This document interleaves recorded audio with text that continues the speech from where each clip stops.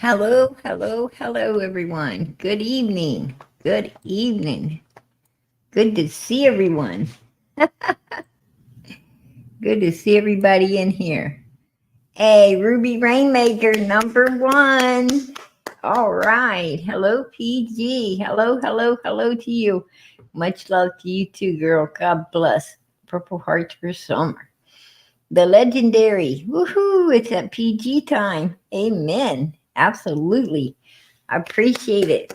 Hey, you number 2, girl. Number 2 in here tonight. And Ruby Rainmaker also became a new member. There we go. Became a YouTube member tonight. God bless. I appreciate that. Appreciate you supporting Summer's channel. God bless. And let's see.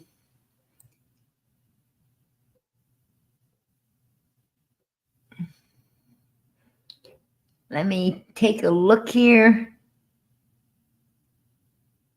Ruby Rainmaker, number 1. The legendary number 2. And let me see. Ruby Rainmaker became a member, and our bucket list has hold. You are number 3. Hello, PG, at the legendary and at Ruby Rainmaker. God bless. And Sassy Pants, you are number 4. I see you, girl. All right. Hello, PG chat. Much love. Prayers for all the missing, exploited people around the world, and PG and everyone. Amen. God bless, girl. God bless. I keep you in my prayers too. I sure will. And I keep all y'all in my prayers. I keep you all in my prayers. Trust and believe. Before I go out of here at night, I always try to pray for everyone, right? For everyone. And I truly appreciate all of those who are praying for PG and my family and for Summer. Most of all, Summer, because she needs all the prayers she can get. She's the victim. She needs to be found, brought home, and justice served, right? So God bless. God bless. Let me go on down through here. Let's see who else we got in here tonight. All right, Linda, I see you, girl. How you doing tonight? Good to see you. Beth Ann, there you are, girl. There you are. I see you. Seeking Truth. How you doing, sweetie? How you doing? Oh, that is beautiful. Absolutely beautiful. I love it. I love it. Hey, Beth Ann, I appreciate that. Hit that thumbs up. Amen. Absolutely. Helps the channel. Hey, Steph, how you doing, sweetie? Hey, everyone, much love. Hey, hey, hey to you. My 3 girls, how you doing, sweetie? D, CJ, Lucy in the sky. Yeah, I love that. Hello, I hit the thumbs up for PG. Hey, girl, I appreciate it. God bless. Much love. Hey, Dirtmouth, how you doing? IPG chat, much love to all. Purple hearts. Oh, that is beautiful. Absolutely. Janet, how you doing, sweetie? Let's get on down through here. I'm gonna hit all the people here. Suzanne, Tracy. I'm gonna try to get everybody that I can down through here as I go.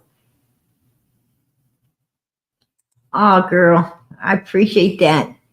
Hey, Steph, I appreciate that. I was having PG withdrawals. Member for 1 month. All right. God bless. I appreciate that. Absolutely.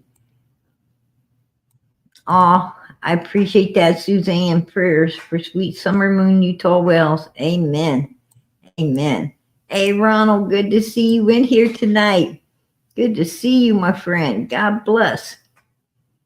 Let me get down through here. The other Sharon, how you doing, sweetie? English Rose, good to see you.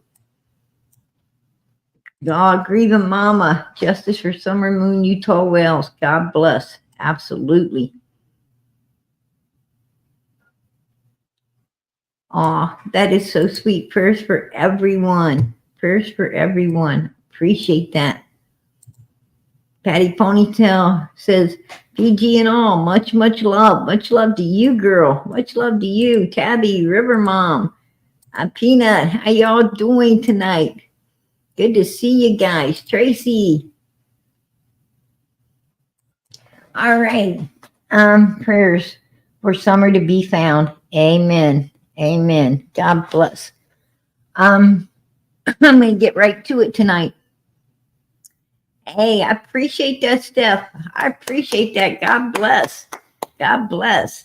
I appreciate the support for Summer's channel. Absolutely. Amen. Girl, you are starting this out right tonight. I always heard it comes in like a lamb. It's probably gonna go out like a lion. Right? Usually it does. Usually it does. No doubt. And you don't ever know what's going to happen when you come in here. You just go with the flow. Right? Oh, good evening, everyone. Oh, Dawn, good to see you, hon. Purple hearts for summer. Amen. Amen. Oh, it's good to hear you're doing great. Good to hear you're doing so good, Ronald. Absolutely. Australia, how you doing, sweetie? PG, I'm late. Love you. Hey, girl, I love you too. You know it. All right, you guys. A lot to cover, right? A lot to cover. I was wondering what's up with Andy. He's sending another message out to Fred, right? He's like, it wasn't no love letter. I tell you that right now. It ain't no love letter. It didn't look like a love letter. It ain't, it ain't being nice. He ain't being nice.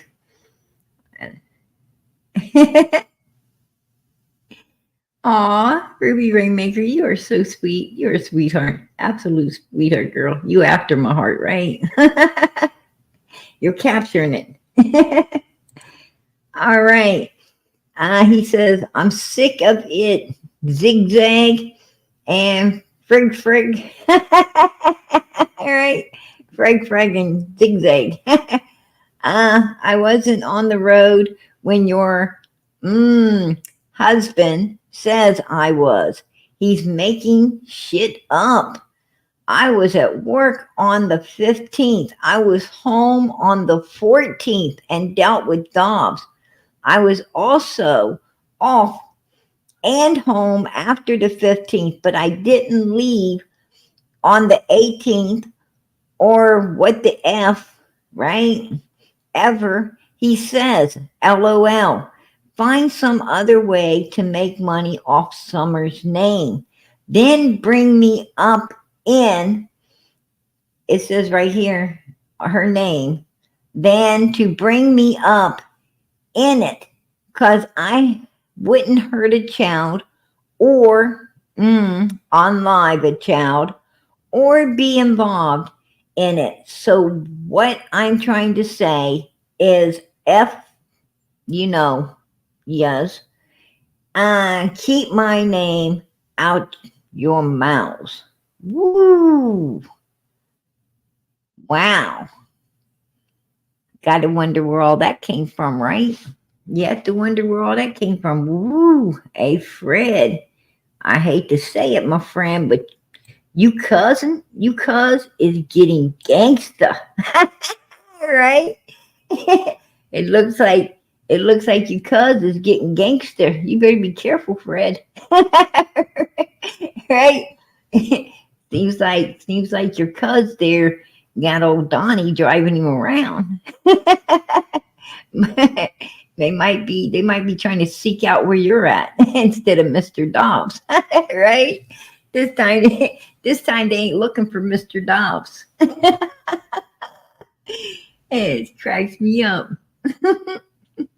Right? I don't know. Sounds like Andy.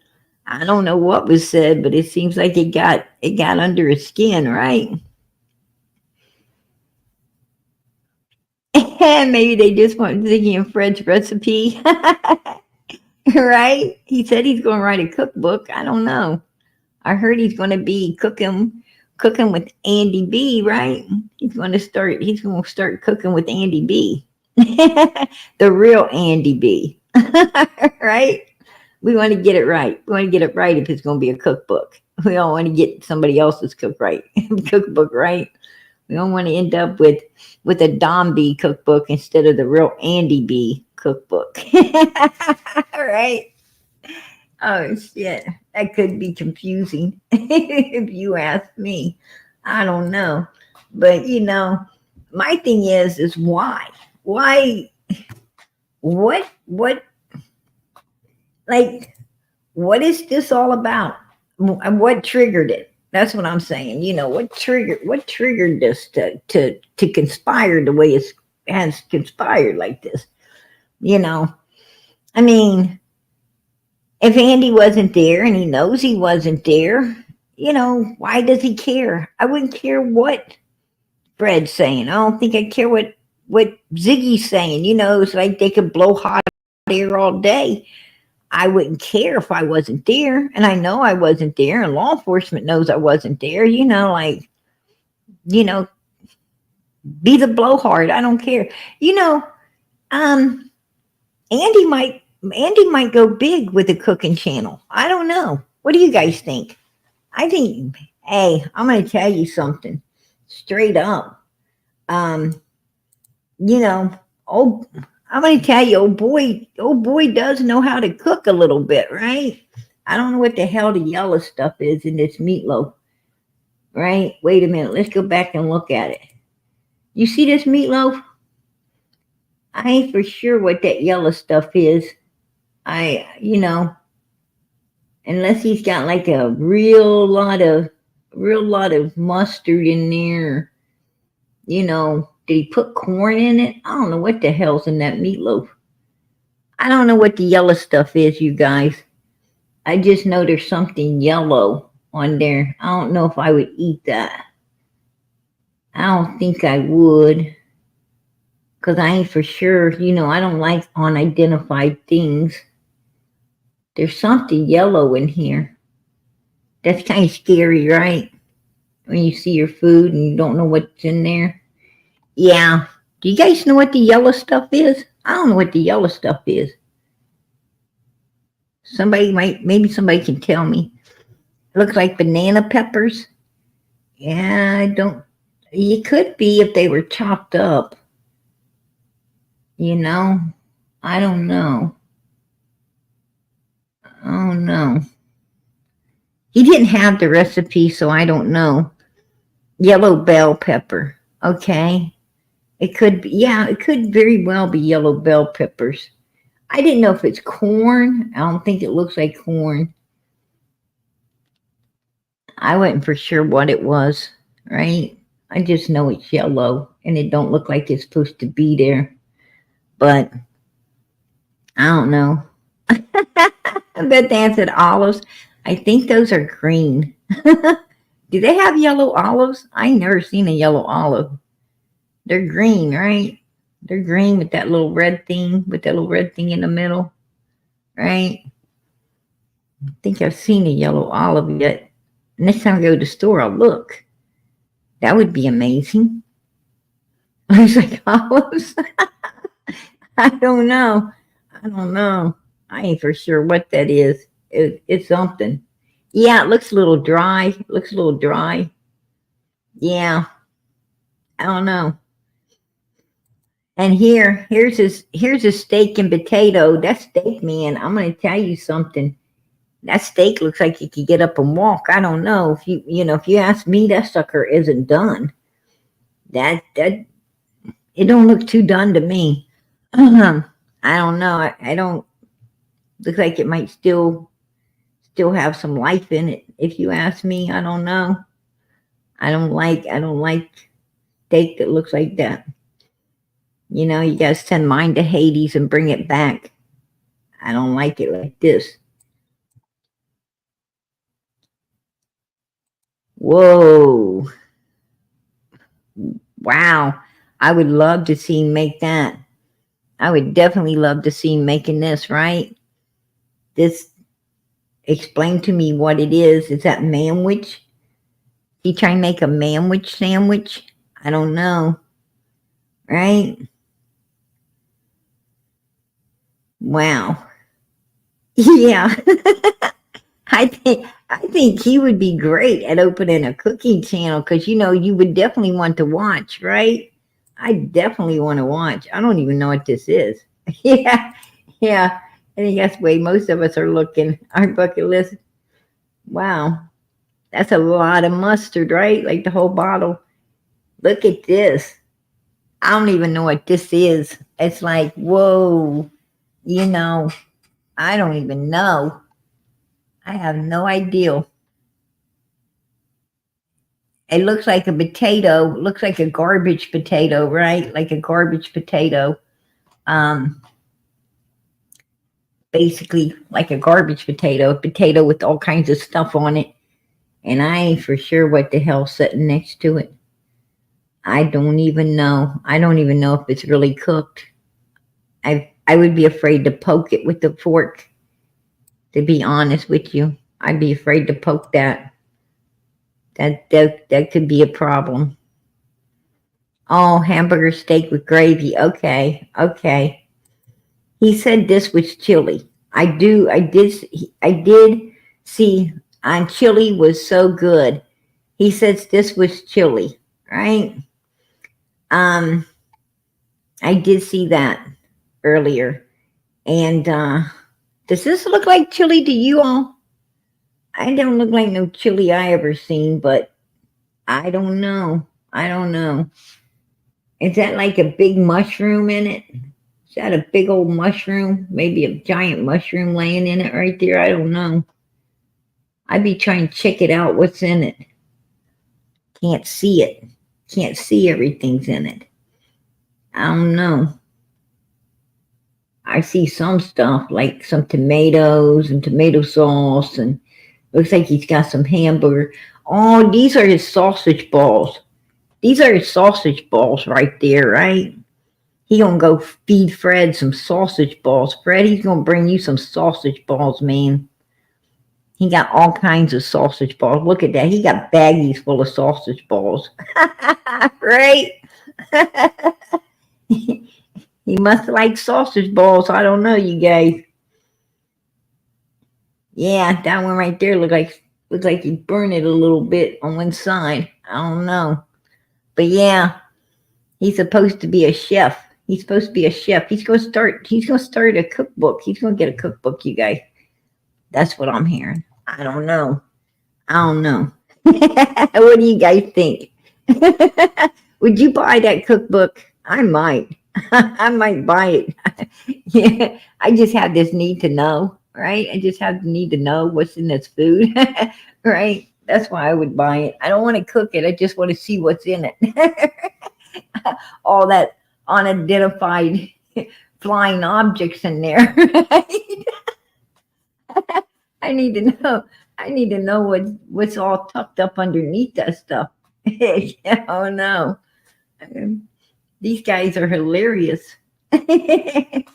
Right? But you know, if I was Fred, I don't know. If I was Fred, I might be a little worried. His cuz has gotten all gangster now, right? He went all gangster. He's sending out the letter to you, Fred. You better listen up. Right? Listen up. Take heed. That cracks me up. And he's going to title the cookbook recipes from the trash can, right? From the trash to your table.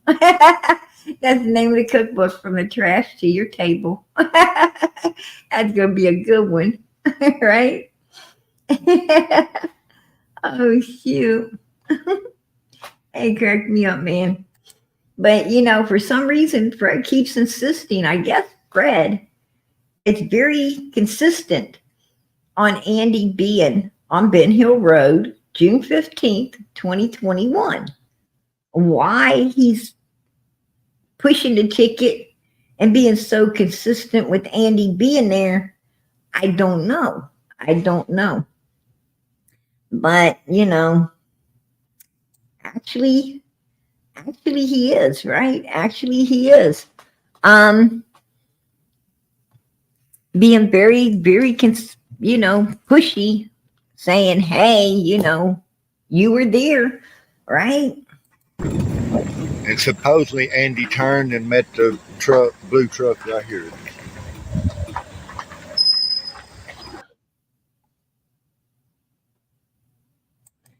Okay, that was blue. That was blue. The vehicle was blue. And it seems like Fred is the one driving the blue vehicle there.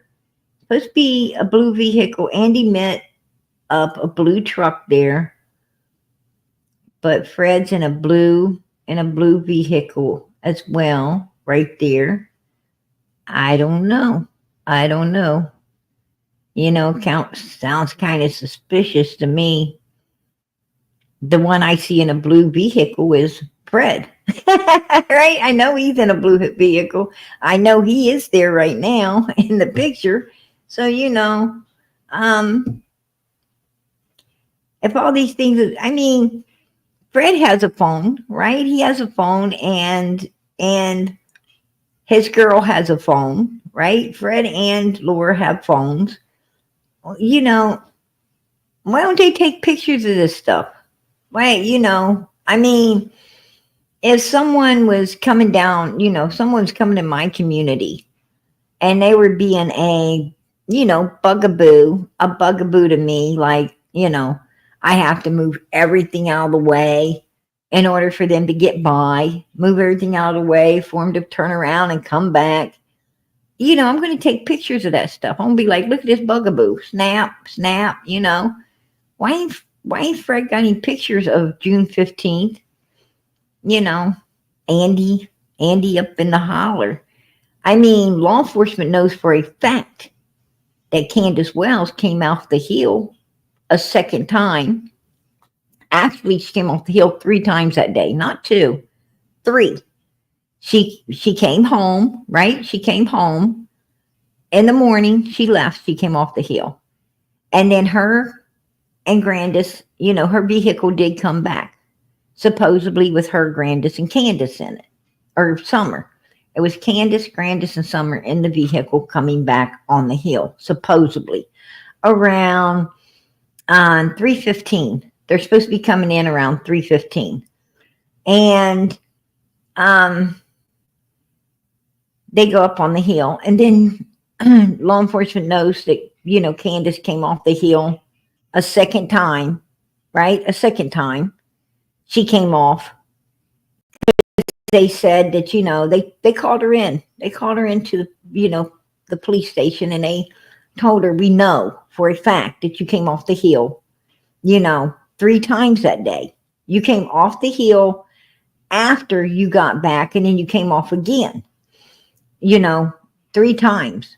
Where did you go the second time you came off? And she said that she didn't come off, and they know she did. They have surveillance showing that Candace came off the hill that second time, on the down on to Ben Hill. Matter of fact, Chad Arnold said he followed her out onto Beach Creek, right? Out of Ben Hill onto Beach Creek, when she told him that Summer was missing, and it was only like somewhere between 3:30 and 4:30 when he came in there and caught her down at Fred's, and Summer's supposed to already be missing, but she wasn't reported missing until like 6:30, right? Actually it's like 6:28, 6:29, but they rounded it off at 6:30. And but police told her, we know you came off a second time, and then you came off the third time. You came back off again, right? Around the time law enforcement was getting called, right? She was talking to Don Wells. That's when Jody Sue saw her. She came back off the hill between 5:30 and 6 o'clock, right? Acting like she's looking for Summer, when she was really came off she knew law enforcement's coming, so she didn't, she wanted to come off the hill and drive around till Donald got there. She wanted to, kill time and let Donald get into Ben Hill Road from work.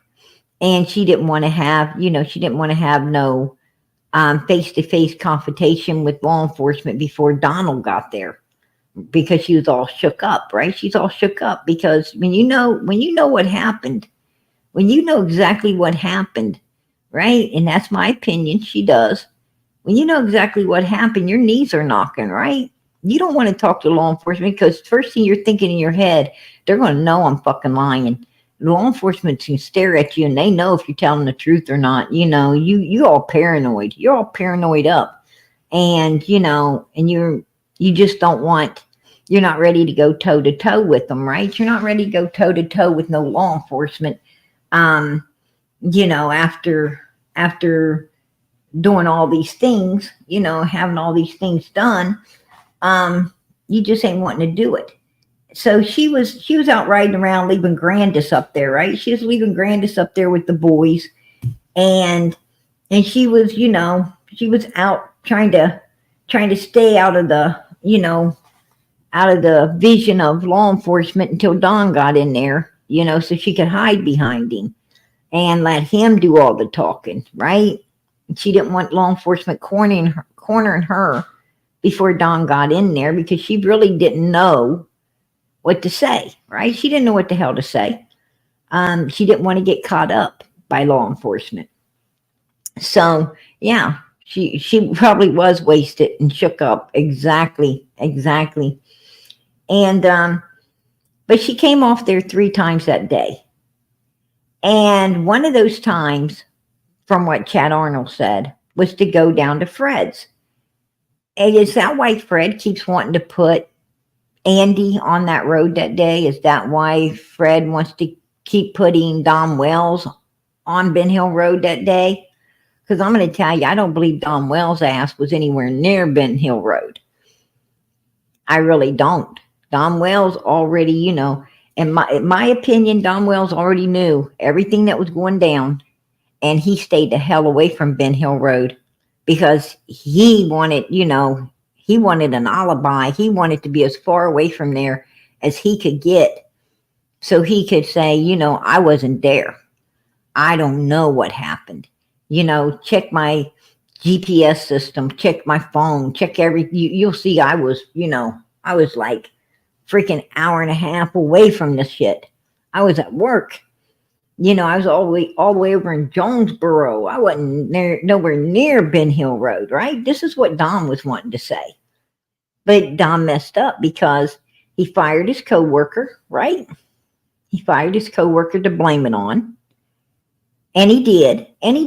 On the 15th, he blamed his coworker just like he planned. And he's, and he took the Subaru because it had Starlink, and he felt that was an extra alibi because that puts his vehicle and his phone at the same place, right? At the same place. He was wanting to double up. He was wanting to double up on his protection, right? And that's what he did. That's what he did, you guys. And, and who was with Summer? Candace and Candace. Why would Candace lie about coming off the hill a second time? I mean, she could have went to get cigarettes, right? She could have had to go get some smokes. She could have had to go, pick up a loaf of bread. She could have had to, she could have had to make a quick run to the store. Maybe the car was running funny and she just wanted to take it out for a drive to see if, because she had Candace in the car talking. She had Summer in the back, right, sleeping. And supposedly, I don't think Summer was sleeping. I think Summer was no longer with us in the back of that vehicle. But, that's my opinion. But, she could have told law enforcement, look, I had a snoring kid in the back, my mom talking in the front. I kept hearing something. I just wanted to, check to see if it was the brakes, if, what was going on with the vehicle. Because, sometimes I hear something, right? You'll be driving and you hear something, and with the kids talking and the noise in the car and everything, and then they got these cell phones that they're playing. And, sometimes, I have to come home, get everybody in the house, and then I go back out to take the car for a little spin, right? For a little spin around the block, just to see if I could hear if the car really was making the noise or if it was something else, and I thought it was the vehicle, so why didn't she say, hey, I was just heard something and I wanted to clarify if it was the vehicle or it wasn't. I mean, um, why lie? Why lie about it? That's what I'm saying. If law enforcement already has footage that you came off of there, 3 times, you came out in the morning and you came out again and then you came out a third time, and they have all of this documented, why would you lie about the second time you came out? I don't know. Obviously, and that's solid. That's solid right there. That's not speculation. That's solid evidence right there. Because they have it on a chip that was in a camera, right? It was in a camera at the end, on a property at the end of Ben Hill Road right there, where you come out onto Beach Creek, right? So when you come out of Ben Hill to go to Beach Creek, there was a freaking cam set up with the chip that showed law enforcement, Candace and them coming out in the morning, and it showed Candace coming out again with Chad Arnold behind her, and it showed her coming back down through there again later on after law enforcement was called, right? So they know this camera picks her up 3 different times, and why is she gonna lie about number 2? That's what they want to know. That's what I want to know. That's what I want to know. Why are you lying? It's just the way it is. And you're right, but then no summer, no peace. Amen. Amen.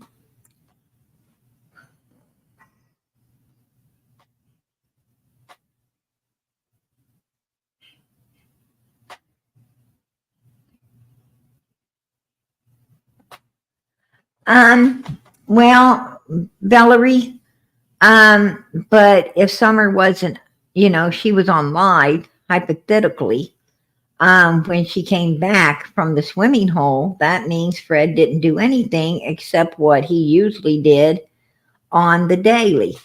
Well, not exactly, because see, if Candace came back into Ben Hill Road around 3:15 and she took grandma up on the hill, right, and let grandma out, and she came back off the hill and went down to Fred's place, well, who would have been in the back seat? If she went up on the hill, let grandma out, and then came right back off the hill and went down to Fred's place like Chad Arnold said she did, right? Because that's where he caught her. He caught her at Fred's place, and it was between 3:30 and 4:30, somewhere around there. And Fred and Laura had just left. They had just pulled out of Ben Hill Road. Well, where would Summer go? When Chad Arnold came in there, and there's no Summer, no Grandis in the front seat, no Summer in the back seat. And we know Grandis got let off on the hill, right? Because she's up on the hill. Then who took Summer? Who took Summer out of the back seat? Where does Summer go between 110, letting grandma off, and Candace going down to Fred's when Chad came in and caught her? Where did Summer go? Where did she disappear to between 110 Ben Hill Road and and Fred Hill's house right down the road? Where would she have disappeared to? I mean, she, Grandis got out of the car, but Summer couldn't have got out of the car. She was laying on some milk jugs. She was all strapped up and placed on a bunch of milk jugs there, right? 2 to be exact, with boxes holding them up. 2 milk jugs that were wedged in with boxes on the floor to wedge in the bottom one, boxes on the floor of the vehicle to wedge in the bottom milk jug, and then boxes piled up next to the other door, right? The passenger side door, boxes stacked up to wedge in the other milk jug that she was laying on, the top one. And she was, her arm was tucked behind one of them, holding her arm in place, right? The one had her right arm tucked under the milk jug, right? No way she had that arm over her head, because we clearly seen where the milk jug had her pinned in, the right arm pinned in, and the left arm was laying, on her lap, right? It was laying down on her lap as she's against the milk jugs. No way she had them arms up, the way Candace tried to say. No way in hell could she have had those arms up. So, Candace lied. She lied about this. Why did she lie? Well, I'm going to tell you why she lied, because she knew that she only had a certain amount of time to get that video taken before they would be able to tell that Summer was no longer with us. And she got that video taken real quick, close to the house, as if Summer came back and someone took her away. And law enforcement can't prove, what I'm saying is, Summer hadn't been gone long enough for law enforcement to be able to tell, if she was alive or unalived in that video. She hadn't been gone long enough, right? For everything to be, for a real determination to be made. I think that there was enough. I think with her nails, the color her nails was, and with the nails, the color they were, and the size of the head, being bruised, that bruisey look to both sides of the head, as bad as it was. The way it looked like her, her hands were already starting to draw, as they do, when someone's, deceased, sometimes the hands will draw like that. I think there was enough, evidence to pretty much say she was lifeless, right? I think there was. That's me. That's my opinion. But, law enforcement wasn't willing. They wasn't willing to push the ticket on it, right? They wasn't willing to push the ticket on it. And so, and the ball was in their court, not PG's. It was in their court. So, but I truly believe that forensics felt very much so that she wasn't with us. They just couldn't prove it, because she hadn't been deceased long enough. She hadn't been deceased long enough for, the oxygen wasn't, missing long enough. It takes a while. I mean, when someone passes away, it takes a while before they start to turn. We all know this. It could take quite a while.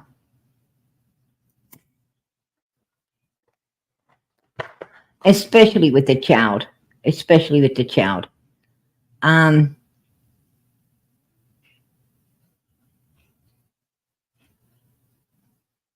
Oh yes, absolutely. Absolutely, Valerie. I understand that, hon.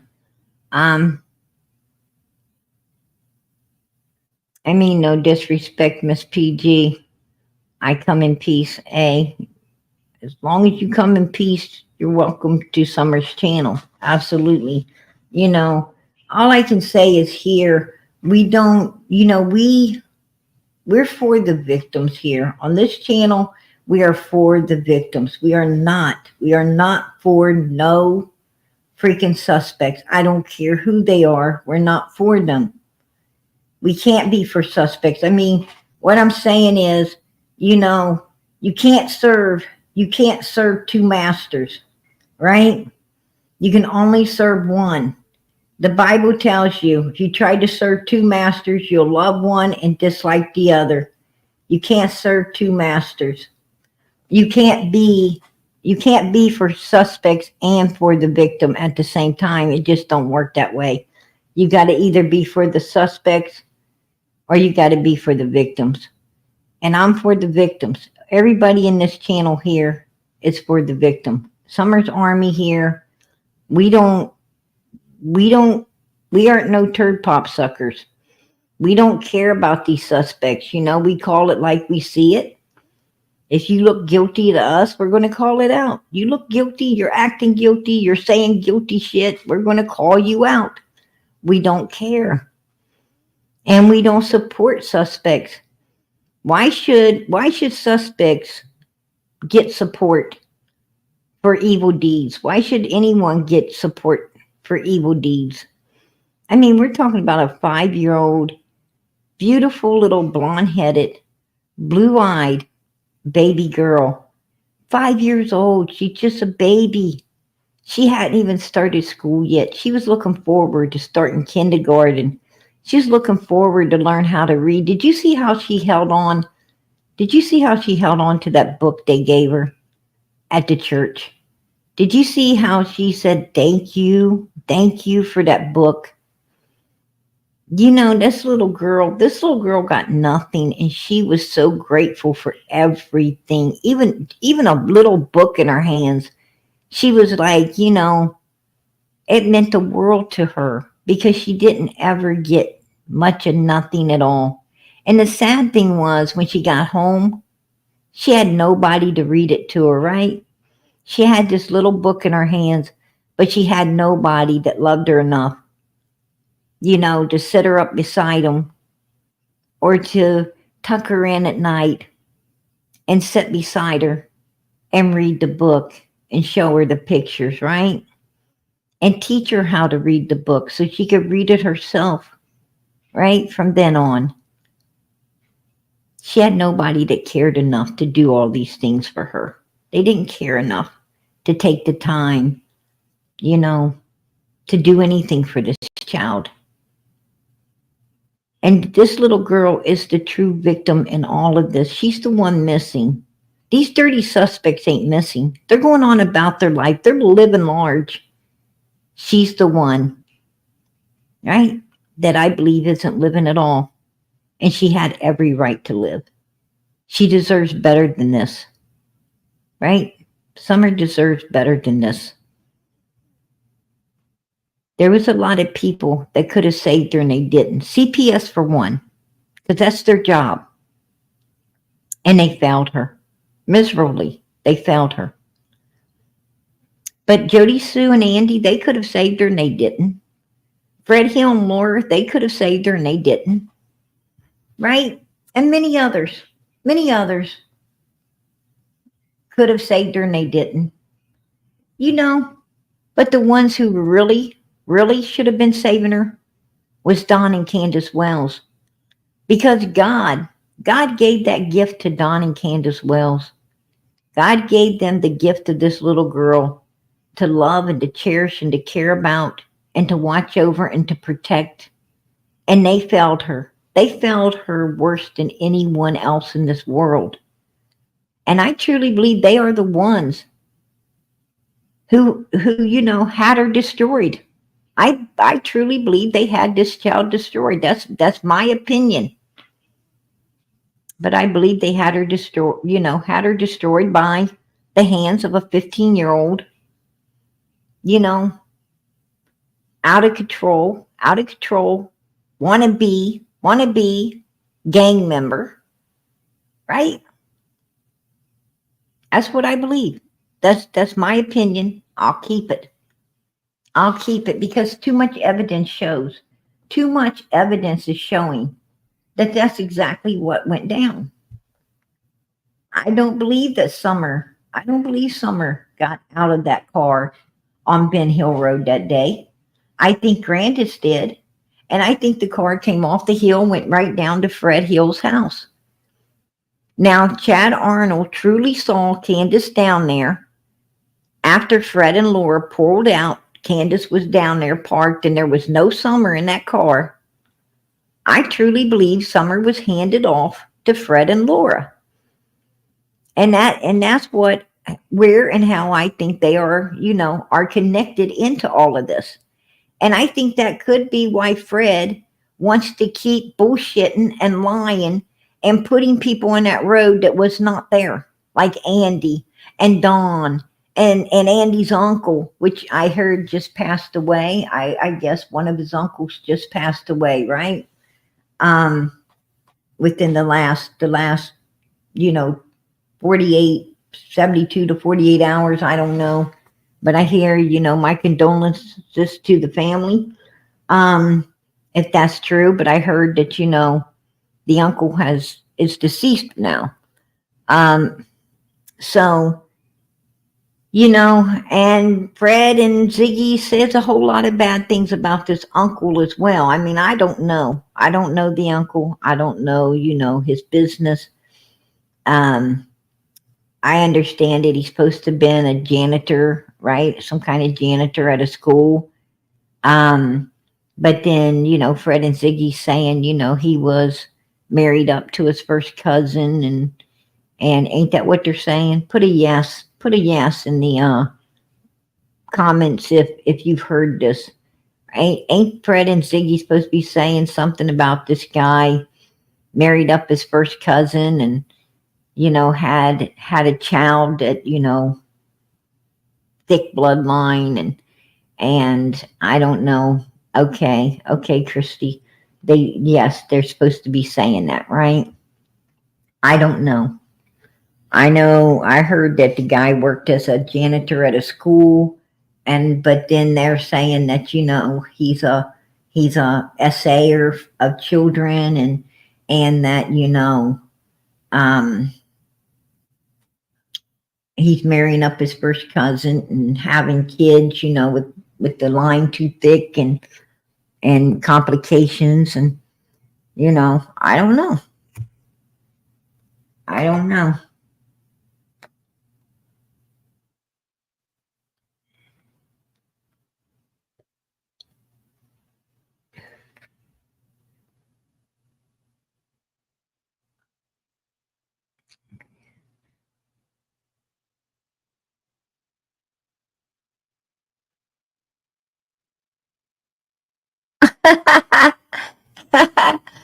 Miranda, how you doing, sweetie? Good to see you. But that's what I'm hearing. That's what I'm hearing. Um, I don't know. I don't know. I don't think Andy's uncle was all over that road that day. I know, some people were concerned about Dobbs, you know. I don't know, I don't they were out trying to search for him, right? And he wasn't coming back. He wasn't coming back to Ben Hill Road, right? Dobbs wasn't coming back after when law enforcement comes in and runs you away with a freaking deed to a property that you own instead of letting you take possession of it, you might not want to come back, right? Something's up there. But hey, Queen, how you doing, sweetie? Good to see you. Right. Um, so absolutely, Valerie. I bet there's not. I bet there's, well, there's always the bones. There's always the bones unless they're turned into sludge, right? And the only way they can really do that, they turn into sludge, is if you put them in like a septic tank, something really really gross, something really contaminated and gross that's going to like deteriorate them and destroy them. That's really the only way. I mean, they could find bones, very much they could find bones. You know, if she was put, if she was put into a, like a shallow grave, somewhere, that's possible. It's possible. Um, even if she was like put into a cave or like an underground, um, type thing, even if it is, even if there is a lot of water running over it or whatever, it's not going to deteriorate bones. The only way to really get rid of something like that um, you'd have to be pretty disgusting. You'd have to grind that up, or, you could grind it, and you could, a septic tank, it'll, everything turns to sludge in there, right? I don't know. I don't know. All the time CPS was called, and the only time they put anything into action was when a whole child comes up missing. Absolutely, deputy. Absolutely. Ain't that a crying shame? That's a crying shame right there. Absolutely. I,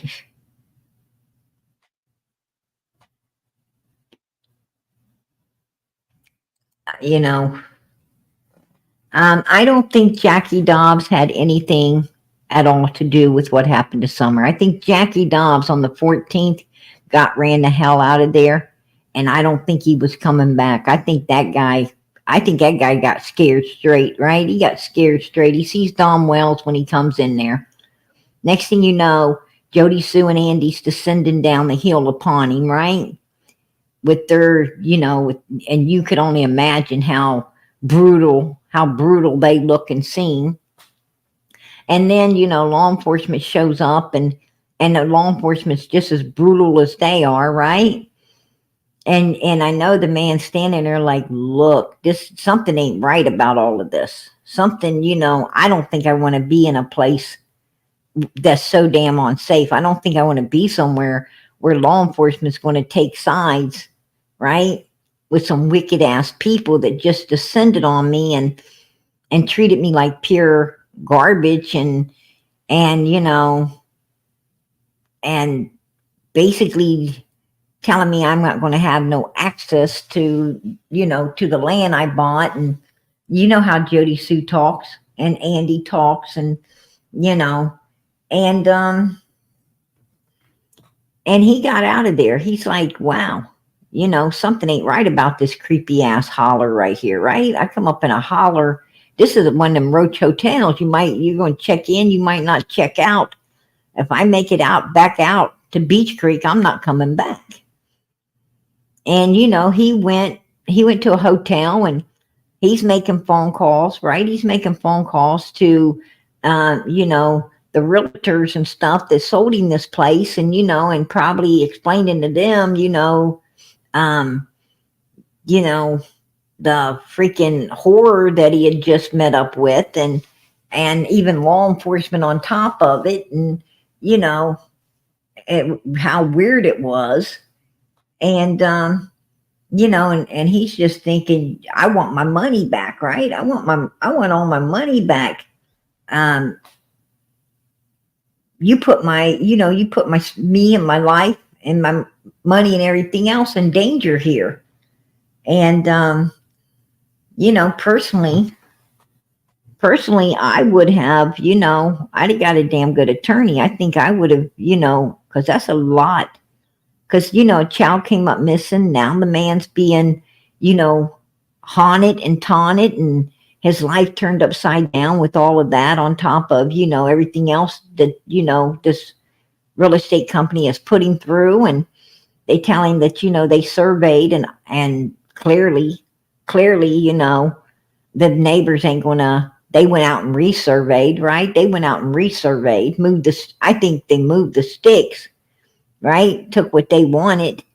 And this guy's sitting there, and even law enforcement ain't helping him, right? Law enforcement's like, you need to get the hell out of here, buddy. We're bestest friends with these people, and and you need to just move it on down the road, unless you can fly up there, you can't get your property. It was a nightmare, an absolute nightmare for this gentleman. And he shouldn't have had to go through that. He shouldn't have had to ever endure any of that hell, but he did. What I'm saying is, he was in the wrong place, right? In the wrong place, at the wrong time, right? There was no right time, no right place. It was wrong. And that was just his luck. That was his luck. And he paid for it. He paid for being in the wrong place at the wrong time, right? And then, but I think Fred, the whole thing is Fred's trying to put a lot of people on Ben Hill Road on June the 15th that just wasn't there. These people have alibis. Don Wells, well, he's got 7. Candace ain't got none, right? She's going down, he said. That's what, that's his words, not PG's. That's Don Wells' words. And I want to tell you something. So Don Wells got 7 alibis. Andy Bernard, he's got a video camera at work. He's got an alibi. His boss, people there working, seen him. He's got alibis. He can't be in 2 places at one time. Nobody can be in 2 places at once. And I hear Fred, sitting around trying to say, that they're going to try to blame him for this uncle, right? For this uncle that just passed away. I don't know. What the hell's going on? What's going on with Fred? What's going on with Fred? I don't think I want to trust somebody. I don't think I want to trust somebody that, that was sitting around with the guy, partying with the guy all day, that came up unalived, right? They came up unalived and robbed of his money, robbed of his cigarettes. That was completely robbed. And Fred just happens to know exactly where he was hitting the head when nobody else did. And Fred just happened to be the one to take a lie detector's test and not pass it, right? And not pass it. I don't think I want to trust, believe, or even consider, right? Consider having someone like that in my presence, to be honest with you. I ain't going to trust no Fred, right? I mean, this is a guy that had a full lab, right? He had a full lab on his property, and his old lady, I mean, I got recordings of his ex-old lady, Laura. I got recordings of Laura saying, I sit outside the bathroom for hours while Fred's in the bathroom, right? Doing up all the stuff, right? Doing up all the stuff. And it's what he's cooking. Right? She clearly tells what it is he's in there doing. And she has to wait for him to come out of the bathroom and give her share. Finally, he comes out and he gives her a little bit. He gives her share, right? That's what she said. And I clearly have that on recording. I mean, really, I'm going to trust someone that tried to say, oh, somebody came up here and they built this whole lab on my property to frame me, to make me look bad. That didn't belong to me. I got framed. Bullshit. Your old lady said you're in the bathroom doing that shit up, and she has to wait for hours for you to come out and give her some. Right? What the hell are you talking about? Oh, and what did the person do? What did the person do that built this thing on your property? Did they give you a boatload of it to hide in the bathroom with every day while your old lady sat outside waiting to get her share? Wow, that's a crazy setup. I guess they wanted to make sure you stayed in the house, in the bathroom, so you didn't go outside and find the lab they set up on the property, right? Make fucking sense. That's bullshit. You know, yeah, that's BS, man. Absolute. And Ziggy thinks that she can, you know, she can plant that, plant the seed in people's heads like they're going to believe it, right? Whose mentality level does she think she's going to be able to take advantage of like that? I don't know. Sure in the hell ain't mine. I'm too freaking highly educated for that. You know, don't try to plant that seed in my fucking mind, because I'm going to tell you what. Fred's land, right? Fred's land that he's on all the time, hauling shit, putting shit there, taking shit away. He's out there all the time because he ain't got nothing else to do but be on that land, right? This motherfucker don't work. He's out there night and day running around, and somebody's going to put something on there that he don't know about. Bullshit, right? Just bullshit. I ain't going to believe that for 5 seconds. Hell to the no. And, and a lab of the very thing that they testing for, and it's in the system. Ain't that suspicious? I'm going to tell you, I always heard, if it looks like a duck and quacks like a duck, it's probably a damn duck, right? And I didn't see nobody else. I didn't see a shadow person going to prison. I didn't see no shadow person going to jail. I saw Fred going to jail. I didn't see some shadow person going, coming out and going into a rehab. I saw Fred's ass coming out going into a rehab, right? Well, if it was somebody else's lab and he didn't do that stuff, then why were they trying to rehab this poor guy? Right? Man, there's a whole lot of misjustice there on poor old Fred. Yeah, I don't think so. I think justice was served just the way it should have been, and a little harder, if you ask me. Right? A little harder than it was, if you ask me. And and when he took the lie detector's test on Cotton and he didn't pass it, then I would have called him back in to take another one, right? He'd have had to come back and take another one. I just said, look, you're going to have to come back and take another lie detector's test. Matter of fact, you probably should take them until you either flunk completely or you pass it. And so far, you're way farther away from passing than you are from failing it, because you're inconclusive, meaning you really wasn't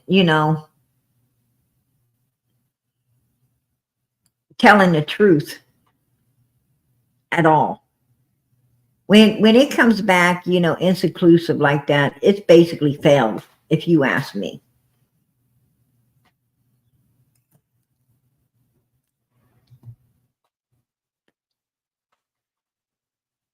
I wasn't there, PG.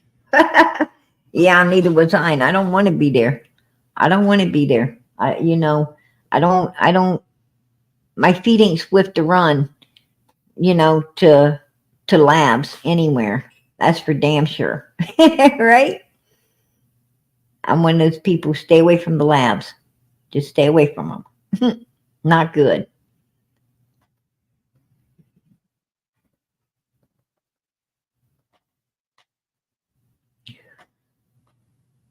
Absolutely. Absolutely. It wasn't in his yard. I mean, it was in his yard. What I'm saying, it was on his land, but it was tucked away, right? I mean, it wasn't out in his front yard, just sitting there, and in the middle of the mother freaking middle of the yard, like waving at law enforcement and everyone as they go by. No, right? It wasn't right enough. It was, that freaking thing was on his land and tucked away. It was tucked away, hidden, right? It was back there hidden. Someone snitched on him. Someone snitched on him. It could have been Cotton. Maybe he thought it was Cotton, right? Maybe him and Laura thought Cotton snitched on him. And that's why, when he got out of jail, when Cotton got out of jail, right? Maybe, they decided, to wait a while and shoot, what better time to get even with someone than when they got a pocket full of money and a whole front seat full of cigarettes you can get. Right? I don't know. That's just my opinion. This is all my opinion. Do I think that Fred and Laura is low life enough to, take another human's life, for a few bucks and some smokes? Yes, absolutely. Absolutely. I do. I really do. That's my opinion. And I'm going to keep it. Hell yeah, I think they're low life enough. I mean, there's got to be something wrong with your brain if you're going to sit around, right, and build a damn lab and sit in a bathroom and destroy yourself with that kind of shit. I mean, if you destroy your own body with all that horrible stuff, what more could you do to someone else, right?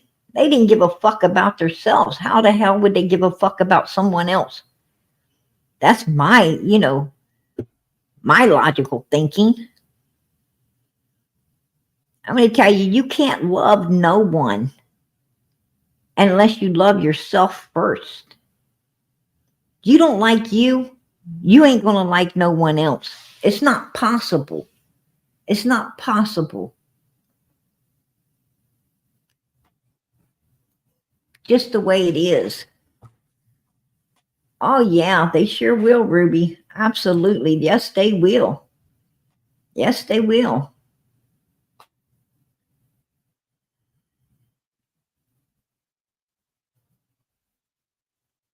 Absolutely. Arctic Wolf, you're so right. You're so right. We do. We need, if you haven't hit the thumbs up button in here tonight, please do. It will help the channel. It will help this channel to grow and to continue to put out missing children's faces and stay on top of everything, and and most of all, stay on top of law enforcement to try to get something done, and to continue to pray. That's what we do here. Continue to pray for these children, because I'm going to tell you, some cases nobody's going to solve but God Almighty, right? I mean, God solves all cases, but some cases are going to take a little more praying than others. And Summer's case just happens to be one of them cases where we're really going to have to pray. We're going to have to really, really start becoming a bugaboo to God through Jesus Christ, right? Become a bugaboo, asking for her to be found and justice to come, or else it's not going to be served, right? It's not going to be served. I just feel Summer's case is one of them cases, that God has to solve. He has to intervene. And if he doesn't, we're not going to find Summer, because law enforcement dropped the ball at the beginning, and they really didn't do much to pick it up down the way. And in Summer's case, why they're keeping it open, I don't know, because they ain't doing nothing with it, right? They don't seem to be doing a damn thing with it. I mean, hell, they took it out of the hands of Hawkins County. They took it out of the hands of Ronnie Lawson and Pruitt. Why? Why'd they take it out of their hands? Because TBI ain't doing. Actually, TBI, I don't think TBI is doing as much as Ronnie and Pruitt was doing. TBI seems to be doing less with Summer's case than Ronnie and Pruitt was doing, right? Just saying.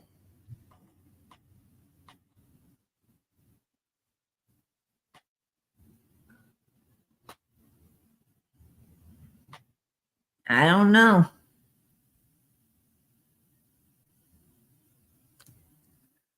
That's a good question, Beth Ann. Why didn't you Ben Hill people help these kids? If you knew something, help her. Help her now. Absolutely, help her now. You know, if they sit around and wish they would have done something, for summer earlier, why don't they do it now? I'll tell you why they ain't going to do it, because they're too fucking evil. They're too selfish. These people are too evil and they're too selfish. They don't care about nobody but their damn selves. They don't know how to care about anyone else. They're too busy looking for another victim to use up, to destroy, and to toss to the wayside, because that's what they do, right? That's what they do. You just better hope you don't get in the way, because you might become one of those victims that they, try to befriend and suck in and destroy. That's what they do to people, right? That's what they do. And that's the truth, right? That's the truth. Because that's the type of people they are. They're all take, no fucking give. All take and no give. They're the type of people they're the type of people, you want to clear out of your life. You don't want to pull them in. You want to clear them out, because they ain't worth having. And that's the truth. But anyway, Andy says, what city did you work in? Kingsport. Okay.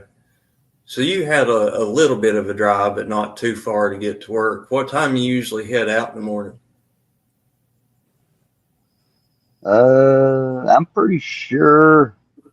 Actually, I've got messages on that I had somebody send me that had them, and I was on my way at 8:05 or something like that, on my way to work, running late. Okay. So you was running late, but it was still, fairly early, 8:05. So that would have, getting to Kingsport, though, you'd probably got at work, 8:30? It takes about 25, 28, 32 minutes, depending on traffic and stuff like that. You know what I mean? Okay. Gotcha. Did you leave any time from work that day, lunch or anything? Don't believe so. Pretty much, once you was there, you stuck there. It never slowed down. It's one of the busiest places in Kingsport. Okay. What about quitting time? Do you have a regular quitting time, or was it just depending on when you got done with the job, or did you quit at 5 o'clock and go home and then pick up the next morning, or did you have to stay and finish the job out? Stay and finish out what we had in the base already. Okay. So I think we got off. I'm pretty sure I left there somewhere around 5:45, somewhere in there. Okay. So I'd have been getting off I think I messaged her or something like that at 6:05, something like that. But it takes, depending on what I had to do and come home, I'm pretty sure I was there about 6:20 something, 6:30 or something that evening. there you go, 6:20 to 6:30. Well, law enforcement hadn't even been called until 6:30, right? Law enforcement was not. Candace was on the phone with Don Wells at 6:09. She talked to Don Wells all the way up until 6:28, when he made the phone call into 911. First phone call went in was Don Wells. Candace's followed. They rounded the 911 calls off to 6:30. Now, and they don't even play Candace. They don't even play out. We can't get anything to Candace's phone call to 911. We can't get nothing. That's in evidence. On Don Wells, whatever he said, we're not getting that either. They're keeping that in evidence. I mean, we know that the call came in 6:28, 6:29. We know, that the operator was dispatching law enforcement out to 110 Ben Hill Road. We heard the operator talking about, what the child's wearing, this and that, but we did not get to hear, and they clearly make recordings, right? They clearly make recordings of Don Wells, and Candace. When you call into 911, they clearly make recordings of your voices, and both of their voices have been put into evidence. Obviously, they're not jiving. What Don's saying, what Candace is saying, just ain't, two totally different stories. And that's what makes me believe at some point, they're going to end up prosecuted because of Summer's case. I clearly believe that law enforcement, pretty much understand exactly what went down. What they're doing is trying to get as much evidence as they can, to locate any remains that they can get that belong to the victim. And, and they're patiently waiting, for that to come through, because in Tennessee, they got a governor that does not like to prosecute without the victim, right? Now, Georgia is a whole different story. They'll prosecute without a victim. They'll prosecute the hell out of you. But in Tennessee, they don't like to do that, right? They just don't like to do it.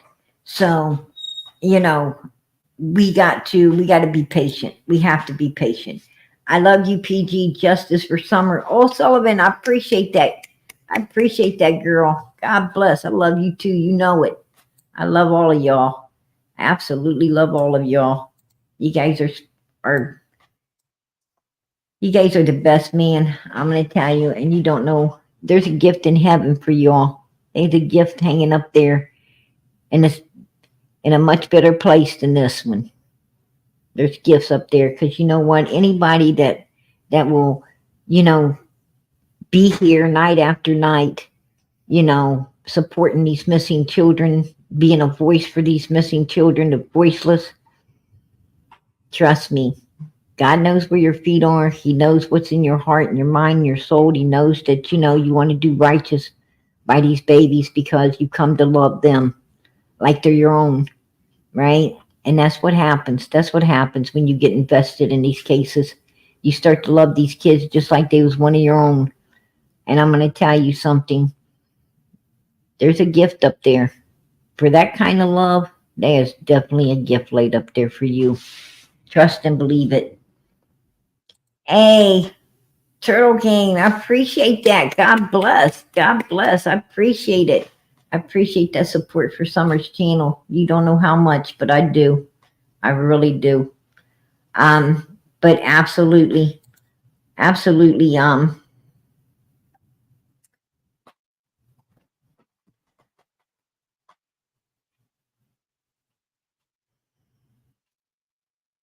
these cases are hard. They get hard on us sometimes, you guys. They get hard on us. It takes a lot to do what we do out here. It takes a whole lot.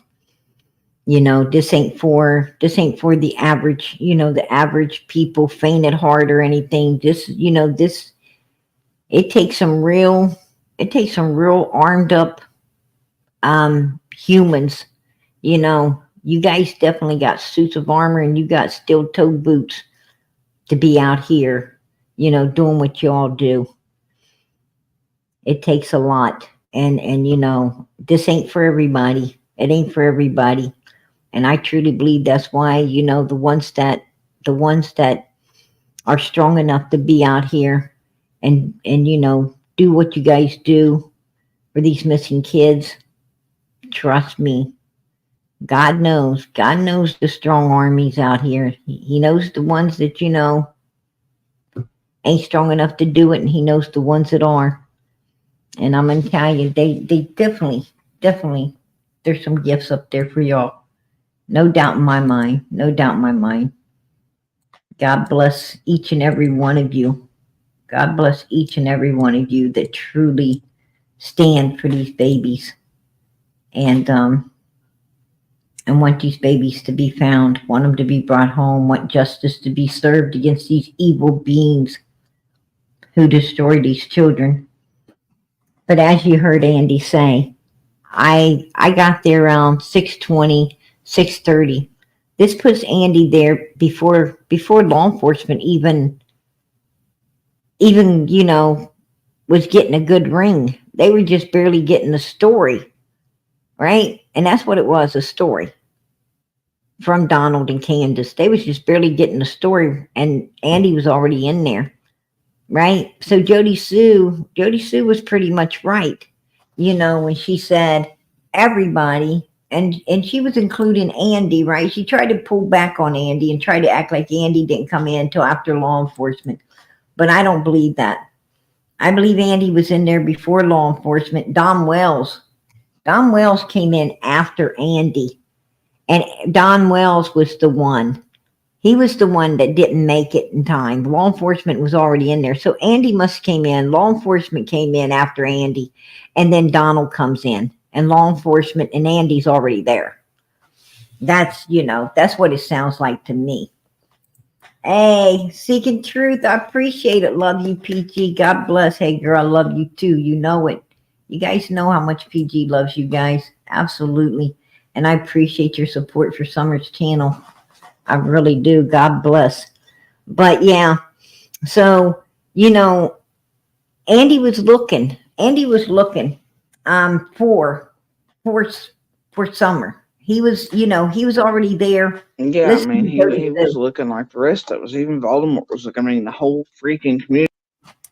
Andy was looking just like the rest of us. Let's listen to her. Yeah, I mean, he was looking like the rest of us. Even Voldemort was looking. I mean, the whole freaking community was looking immediately, and in there quite a while before law enforcement even got in there. I mean, we basically had our property searched. Oh, we done had our property searched. How could Jody Sue have her property searched when she said that she said that she was up on the hill, right? Let's go back. Let's go back to June 15th, 2021, folks. Right? Because this is what I'm talking about. But let's go back to June 15th, 2021. Right? June 15th, 2021. We're up on Ben Hill Road. Right?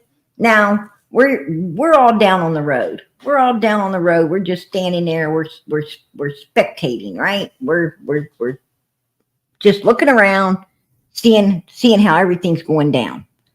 Well, what we see is Jody Sue and her son and her daughter, they're up on her hill. Right? They're up there on her hill. Supposedly bathing and the sun up there checking, they're out checking the property lines to make sure no one has moved them back where they belong, probably. And, no surveyors coming around because he just barely ran a guy off that owned some property the night before. And they know he's making phone calls, right? He's making phone calls. And what they don't understand is shit don't work that fast, right? Shit don't work that fast. Hell, even law enforcement don't work that fast. Call law enforcement, right? Call them.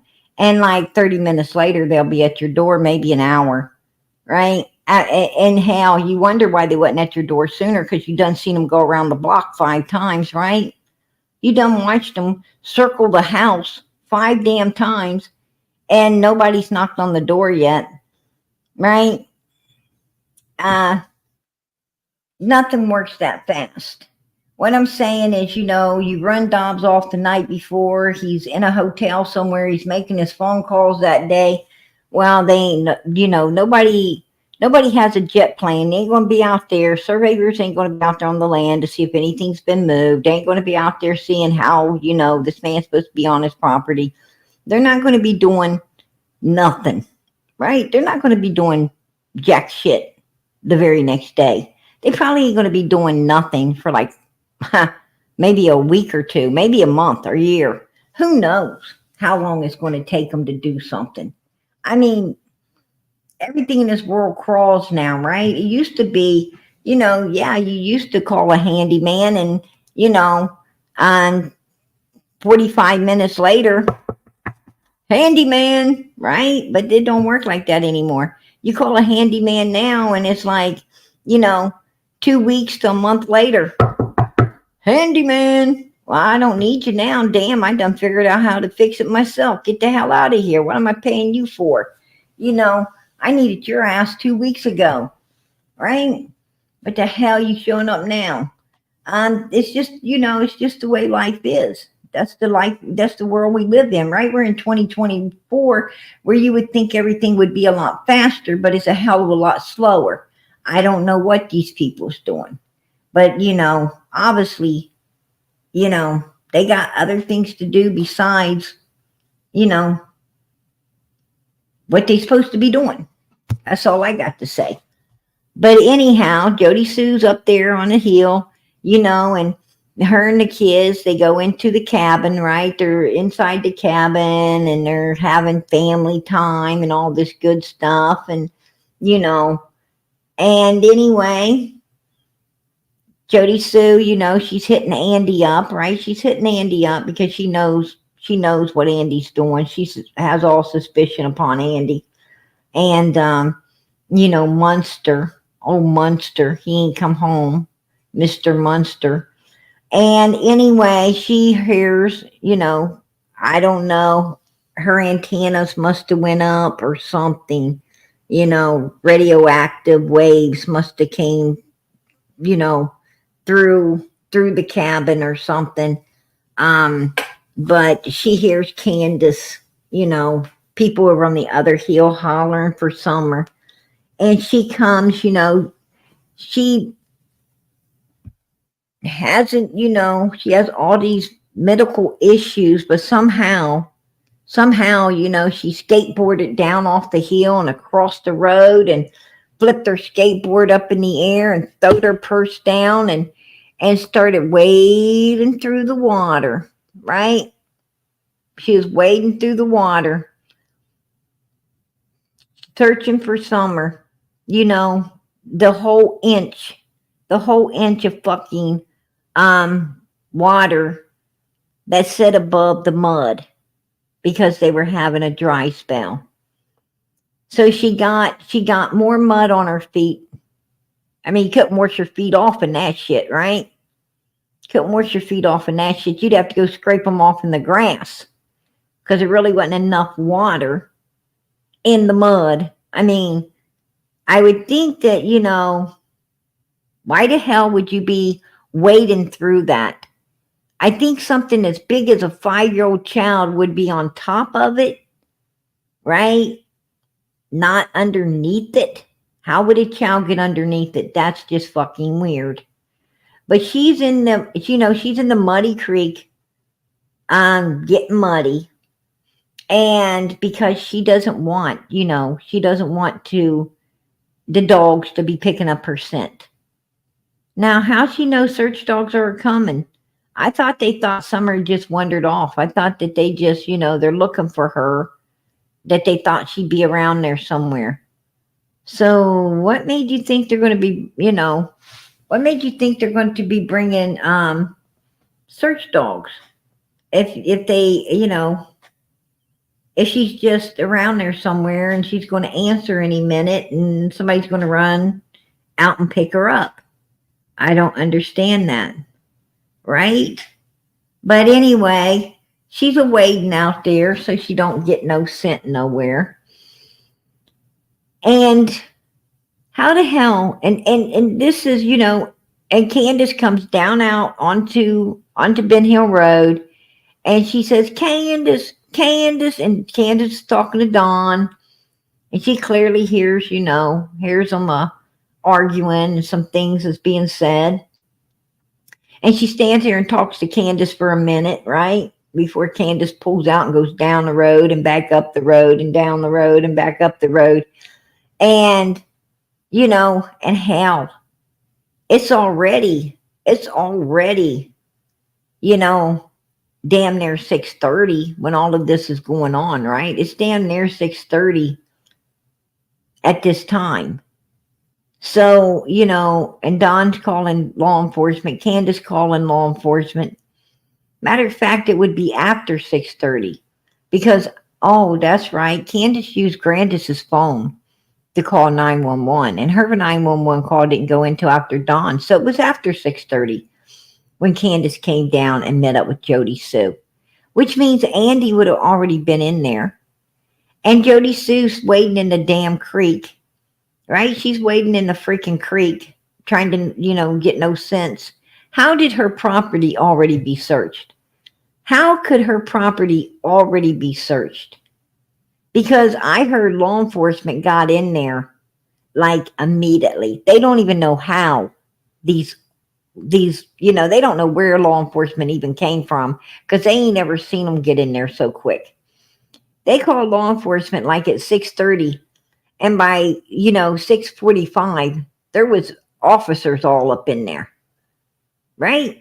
And Don comes in. Don comes in a little after. He comes in around 6:45, and law enforcement's already there. He goes to the bottom instead of up on the hill where law enforcement is. He goes to the bottom because his knees are knocking. He has to get his composure together, right? He has to think of what the hell he's going to say because, you know, he's freaking the fuck out. And Candace is done hauled ass. You know, she's down there riding all over the road, freaking out herself.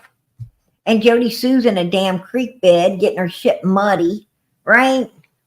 And I don't even know. I don't even know where Andy's at this point, but he's somewhere, right? He's somewhere in there. And I don't think their property was searched at all because they wouldn't have had time to be searching their property yet. Hell, they couldn't have searched their property because Jody Sue was so busy, you know, and she said that she heard that she was hanging around and she heard Candace talking to one of the boys. What did you do? What did you do? And they was hollering nothing. And do you remember that, you know, she said that, you know, law enforcement came in and she was, you know, talking to them and telling them that, you know, about some screams she heard, but they said no, she didn't report it at that time. She didn't report that until a few days later, remember? But she tried to say that she did report it, and the officer's like, no, ma'am, you didn't. Yeah, so she still had herself down on the road even after law enforcement's there. So when does she check her property? Why does she want us to believe that her property was already, you know, all searched up and no somewhere? Why does she want us to believe that? Why is it important for us to believe this bullshit? I don't know. Because clearly your freaking property wasn't searched, Jody Sue. Clearly it wasn't, because you had your ass down on the damn road, running through a freaking muddy ass creek for I don't know why. I don't even know why. A fucking blind man could have looked in there and seen that there wasn't no big 5-year-old child laying anywhere in it. I don't understand, you know, your mental capacity. And the aspects of that. I just don't. You know, I have to look at you very suspiciously for you to feel that, you know, you needed to wash something off your feet in a damn creek and acting like you were, you know, were looking for a child in there. The damn thing was dry. You could clearly see there was nothing in there. What in the hell was you doing? And then when they bring the search dogs in, you guys mess it up. You get your dogs all mixed up and they have to call new ones in. And then once they get Don's and Candace's dogs, you're down on the road with your fucking dog to mess up the search dogs again, because the second pack came down the driveway out to the road, and damn it, it hit your dog. That's the one that came across right to you. And it wasn't really you, it was your dog. Why was you down there with another dog? Why? It's almost as if you guys were purposely wanting to sabotage the search dogs. If there was a scent, you were trying to distract these search dogs from finding it. I just don't make, it's like these people were working together. It's like they were working together to sabotage this child's, chances of to be found. And that's the truth. That's the truth. And when you hear them talk, that's what I'm talking about. That's what I'm talking about. You clearly hear her lying. She's lying. And the whole freaking community was looking immediately and in there quite a while before law enforcement even got in there. I mean, we basically had our property searched. We basically have had our property searched. No, the fuck you didn't. You didn't even have time to search your shit. Why are you lying? This is what I'm saying. There's something real shady about Summer's case. Something real damn shady. There was something going on in there that these people all knew about. And they feel they all need to keep it hidden and keep it a damn secret. Just saying. Something, something fucking really smells bad, right? Something about this whole thing just smells bad. And I got to take that down because I can't even stand to really look at her, to be honest with you. And to hear her voice is even worse, right? But yeah, just saying, these people are lying. They're liars. Exactly. That's what the hell they are. They're liars. And and then you got freaking Fred spoon feeding Ziggy, right? Look, you got old Fred spoon feeding Ziggy. Fuck, bro. Yeah. Whoa. What did you say there? What did you have to say, Andrew? Come on, let's listen to Andrew. Fuck, bro. Whoa. My mind's just blown. Yeah, I think that would blow anybody's mind, but I think your mind's been blown for a long time, Andrew. Right, Andrew? But yeah, look at him. He's spoon feeding her. He's spoon feeding her a bunch of bullshit, and she's trying to spoon feed that bullshit to everybody else, right? I ain't gonna put up with that. I ain't gonna put up with that because you know what? Hell no. Summer deserves better than this. She deserves better than the people supposed to be for going into Tennessee and marrying number one suspect. She deserves better than all of these people playing games and telling their lies. She deserves better than, all these people trying to mess up her case from day one and doing everything not to find her instead of to find her, including her own parents. That in my opinion had all to do with her being not with us any longer. As it is, I'm just saying. And, I don't understand. I just feel like Fred has something to hide. Fred is actually making us, he's making us, feel more and more like he had all to do with what happened, with a lot of things that happened to Summer, right? He's making us feel like he had all to do with a lot of stuff that went down with Summer, from the way he's acting, the way he's trying to, put people on the road that day when Chad seen Candace at his house. Chad didn't see Candace at Andy's house. Chad came in there and caught Candace at Fred's house. And Fred and Laura had just left, and Summer was not in the vehicle. Candace had been let off on the hill. But, and Summer, who was supposed to be in the back seat, was not in the back seat of Fred's. So you tell me where she went. You tell me where she went between, dropping off Candace and Chad Arnold catching Candace at Fred's, and Fred and Laura just barely leaving out of there.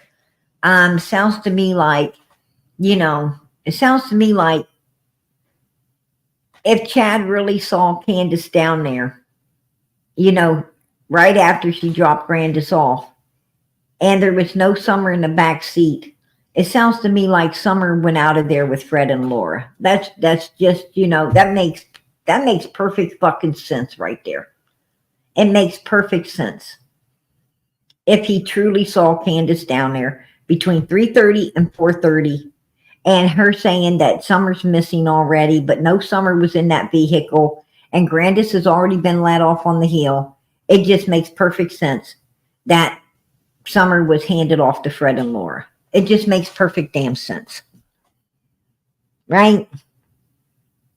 What else can I say? Because there'd have been no place else to put her that she wouldn't have been found. There'd have been no place else. No, law enforcement was all over Ben Hill Road. They were everywhere on Ben Hill Road. I mean, they had dogs all over the place. She had to been, she'd had to been taken out of there.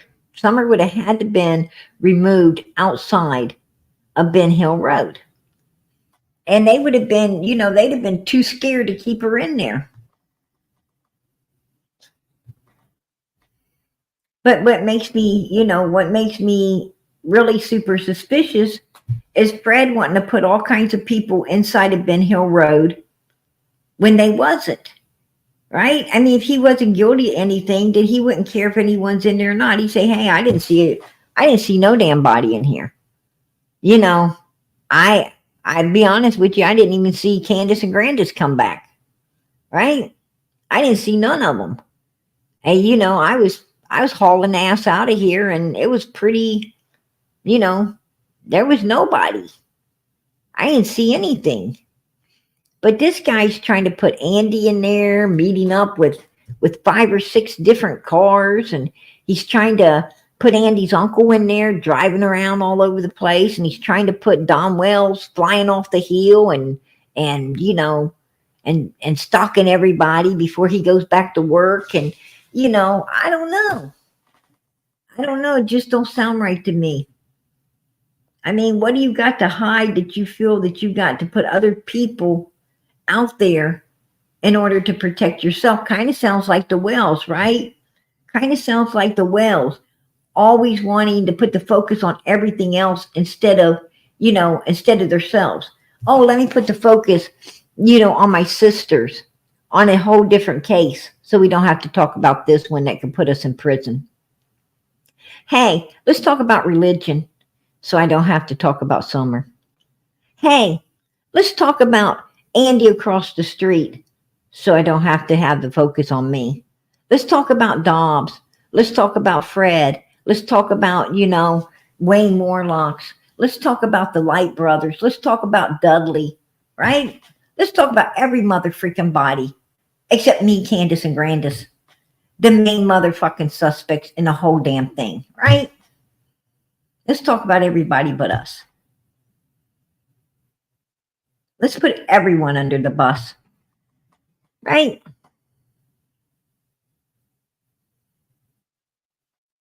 Let's just throw them all under the bus, right? Along with Bugs Bunny, Elmer Fudd, right? Fucking Tweety Bird and all of them. Let's put them all under the bus.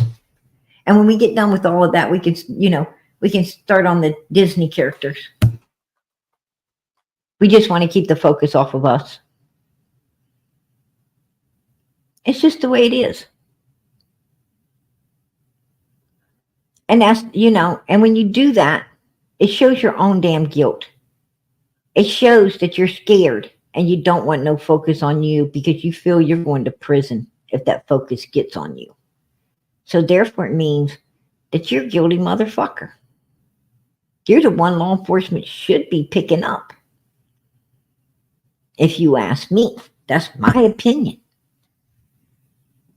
It ain't hard to find out, to figure out who are the guilty people. Guilty people's always trying to divert everything somewhere else. People that ain't guilty, all they got to say is, I ain't fucking do it. You know, I don't have to throw nobody under a bus because I didn't do a damn thing. I don't even know if they did anything or not, and just don't talk to me. You know, I'm innocent. I ain't trying to defend anything or put focus anywhere because I'm innocent. I don't need to do this shit. Right?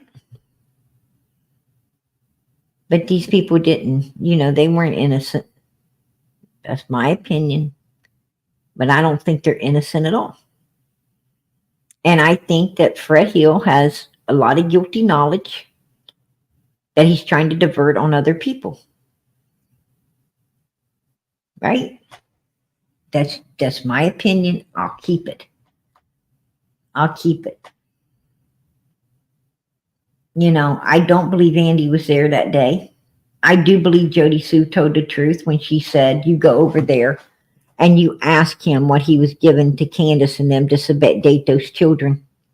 And I'm not talking about the goody good. I'm not talking about PG's brownies.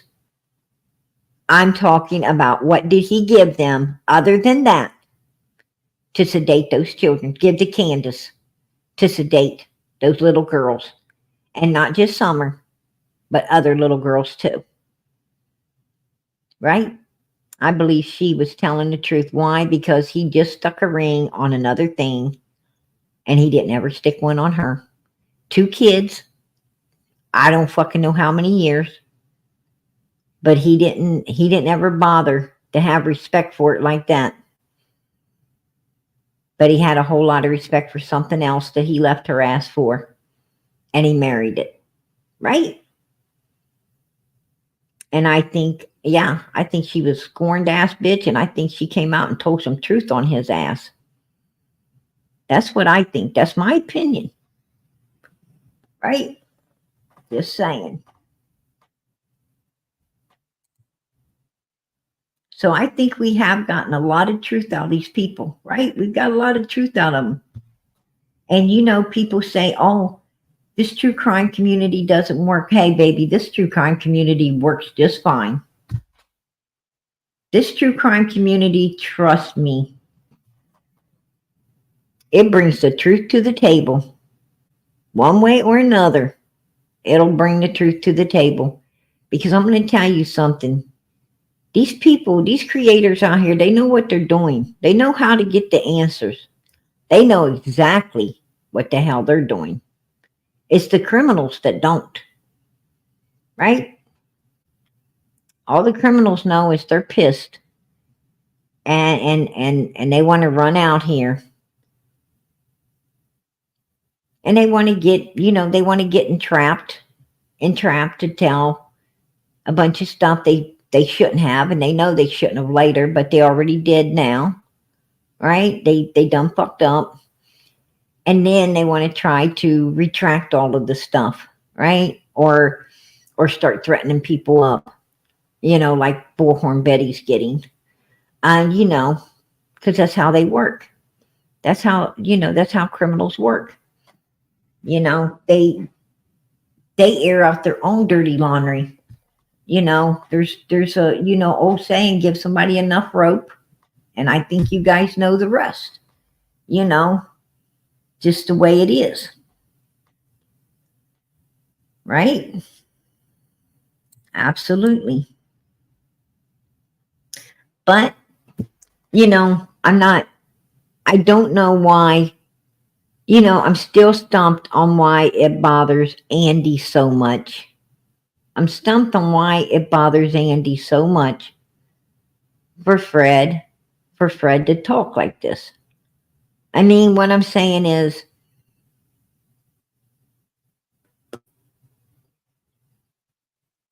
you got to have a dog in a race. You got to have a dog in the race if you're going to get that angry. Right? You got to have a dog in the race. That's, you know, somewhere, you're not, you know, you're not Mr. Perfect. you just wouldn't feel like you need to defend yourself. You just wouldn't feel like you need to, write, letters, right? I'm going to tell you, has anybody else watched that movie? I think it's called The Wake. The Woke. Is it called The Woke or The Wake? Has anybody else watched that movie?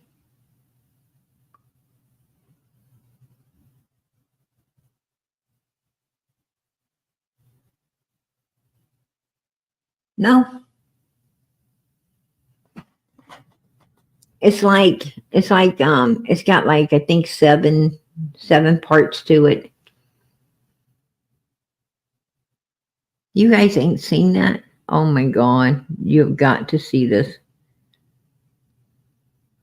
Yeah. I'm going to find out what it is. I think it's called Woke or Wake. I'm not completely sure.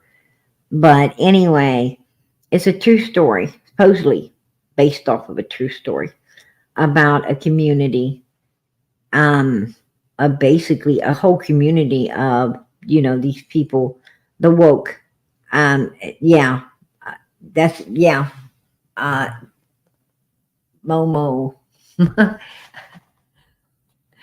right there, the woke, yeah, Mama 15. I was reading that wrong. I was like, what? I was, anyway, yes, that's exactly, I guess that's the woke. Anyway, it's about, have you seen it, Mama? Have you seen it, Mama 15? Did you see it? Put a 1 in the chat if you've seen it. Anyway, this movie is about,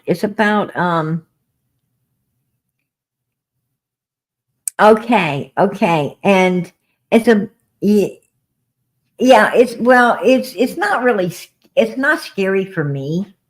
I didn't find it scary. I found it interesting, but you might find it scary. I don't know.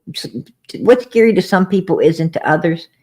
I didn't find it scary. I found it very, very interesting. Matter of fact, I've been doing some research on it. I've been doing some of my own research to find out, if it really is true. But anyway, there's this house and these people, these people move in. Well, the house at the beginning, the original owners of this house, some strange stuff happened. Some really strange things happened. I mean, I wish I could, I got to use YouTube gibber, right? I can't, something, I have to say everything in a way that, is proper for, YouTube. But here's initially what happened is there's this house and these people and these initial people that lived in it. Some really weird stuff went down, right? Like there was this family, and then the first family, I guess, there was a man and he had this daughter. That was, not a good girl. She was doing some bad things. And anyway, he ends up taking, unliving his wife, and he ends up unliving his daughter, and he ends up unliving his son, and he disappears. Matter of fact, he, takes his picture out of every picture in the house. He takes himself out of them. So nobody knows what he looks like.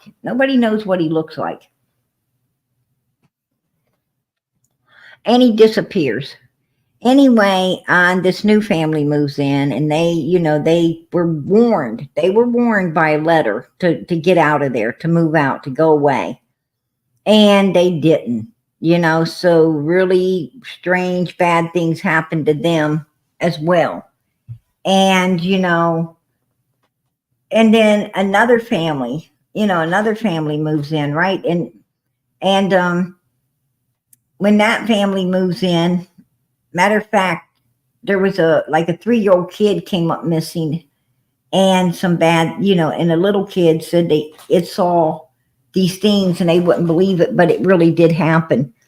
Anyhow, then another family moves in, and they start receiving, these letters and stuff, and the husband starts, getting really weird, and the wife, her and her kids go stay at a hotel room, and his daughter, and he's getting, this handyman guy shows up in his kitchen, right? He says he's overlooking some work being done, and he's eating a sandwich, standing in this guy's kitchen eating a sandwich. And the guy says, "Oh, your wife told me to make myself at home." He said, "You won't be seeing me again." And the guy's like, "I thought you said you're going to come back in a couple of days, And he's like, "Yeah, but you won't see me." And it's really, it's really freaking weird. But anyway, it's about an occult. It's about this community.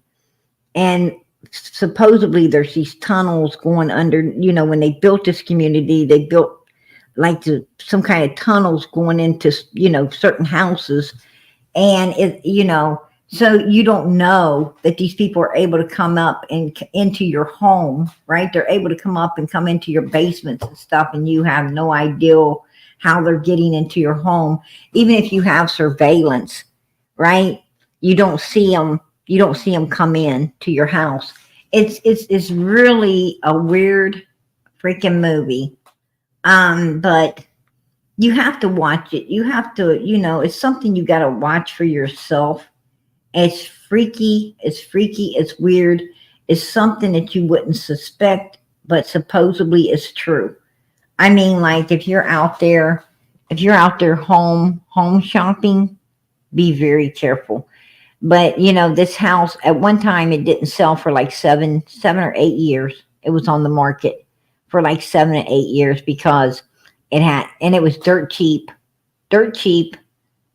because nobody wanted to live in it. They didn't want to live, I think it's called The Watcher. That's what it's called. It's called The Watcher. Do you guys know what I'm talking about? I'm pretty sure it's called The Watcher. Not The Wake. It's called The Watcher. That's the name of the movie, The Watcher. Has anybody else seen it? Anyway, it's freaking weird. I think it's called The Watcher. I'm not for sure. But anyway, the letter says they're watching you. And they tell you about yourself, and they tell you your kids' names, and they, they're really getting into your business. And I guess the real estate lady that's, selling these stuff, I guess she's in on it, right? She's supposed to be part of this stuff. And, yeah, exactly. Mama 15, absolutely. They are freaked out. They are super freaked out. Some of the neighbors, some of the neighbors were,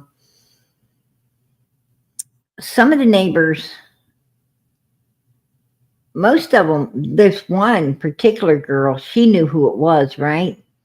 She knew who it was. She told them not to come back and bother her at all, and it didn't.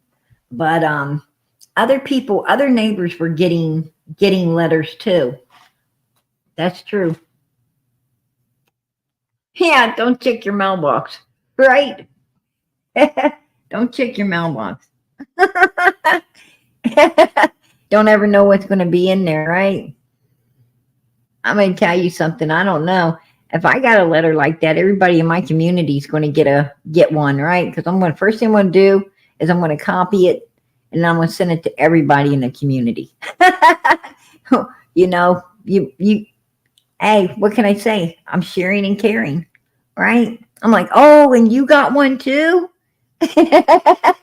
Right? So whoever the mother freaker is, they're going to have one back. All right? They're going to get one back. We're going to all have one.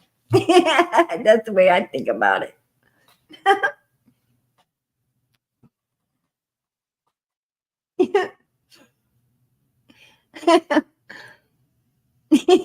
Problem solved. Now I feel better. Everybody got one, not just me. Right? That's how you make yourself feel better. Now you got the whole. I could rest. I could rest with. I could go to sleep with no problems. Why? Because I know the whole community's up watching. Nothing's going to happen when you got the whole community up watching the freaking neighborhood, right? Yeah, we're safe.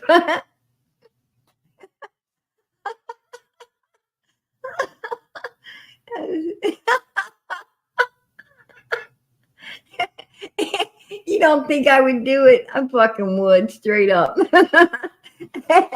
I know me. It's the shit I would do.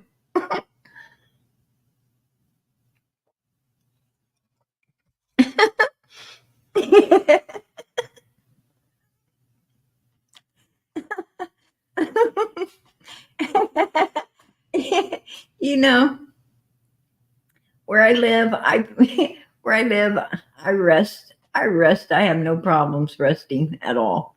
Because I'm going to tell you, I know one thing I know for sure.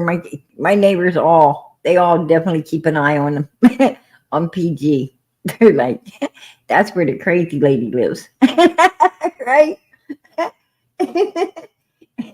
Everybody be keeping an eye on PG. I don't worry.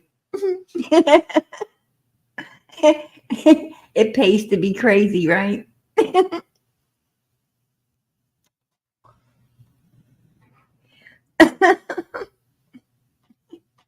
Oh shit.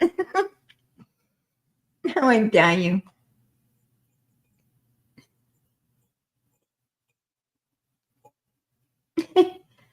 I tell you something. My kids, I love my kids. But I'm gonna share something. They did not warn me. My kids don't ever warn me. They don't warn me of nothing. Right? and I still haven't learned. I haven't learned not to trust them. Right? Oh, PG trusted these kids. And I tell you what, my son, my good old son, he says, he says, right now's the time to go, right? Right now's the time to go. And I'm going to tell you something.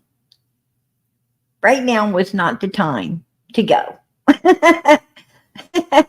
It was not the time to go. I went. I went. He didn't. And I'm going to tell you what, I wish I wouldn't have went either. Just put it that way. I'm going to tell you something. I asked myself, when are you going to learn? Right? When are you going to learn with these kids? I don't know. I have no idea. But I'm going to tell you something. Yeah. That was one of my little things, my little things happened to transpired this evening, right? Don't trust your kids, right? Don't trust them. Yeah, I shouldn't have.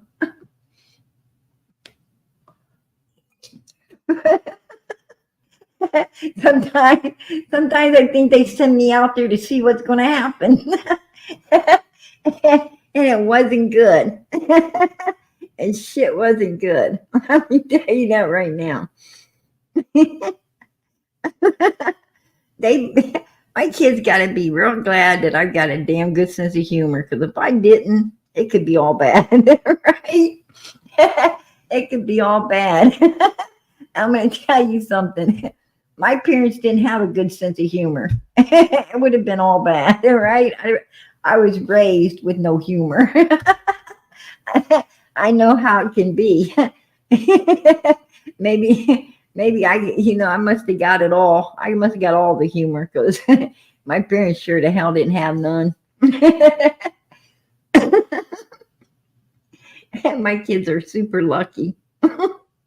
They're lucky that mom likes to laugh and don't take nothing serious, right? One day I might wake up. What the hell? Where have I been? Right? I don't know. But anyway, Leilani, before I go out of here, I wanted to update everybody on the Leilani trail. Now listen, the other night, I was trying to tell people, please don't be disappointed. I was trying to warn people. I was just trying to, because I know how hard it's going to be. We all want her to do life in prison. And some people want worse, right? Some people want worse. They want justice for little Quentin. And I'd be number one on that list. I'd be number one. I'm going to tell you, that little feller was so beautiful. I mean, who wouldn't want him? Who wouldn't want him? Who wouldn't just hug him and love him? And oh my gosh, who wouldn't want to give that little boy the world, right? Who wouldn't want to put the world in his hands? And, he was such a beautiful child, So many people would have loved and took care of and just gave him everything, right? All the tools to success in this world. And she destroyed it. In my opinion. That's my opinion. But it doesn't matter what my opinion is. What matters is, what law enforcement's doing, what the court system's doing. That's what matters. And as I was telling people, please don't be upset if they say, they're going to have a problem proving that she was the one that unlived Quentin, right? I said, don't have, and then people, some people were coming at me sideways, PG, this and this and this. Well,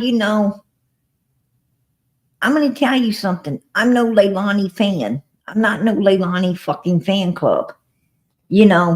She's a number one suspect. I truly believe that, she's guilty as freaking hell and all get out. And of course, I wouldn't want her back in society to hurt or do this to another child ever. God bless this little baby. He was beautiful, absolutely beautiful. You know how many pictures I made of Quentin in the arms of Jesus, and how much I prayed. Lord have mercy, I prayed. I prayed so hard when they were in that landfill for God to please let that baby be found. I mean, every day I was right there watching and praying.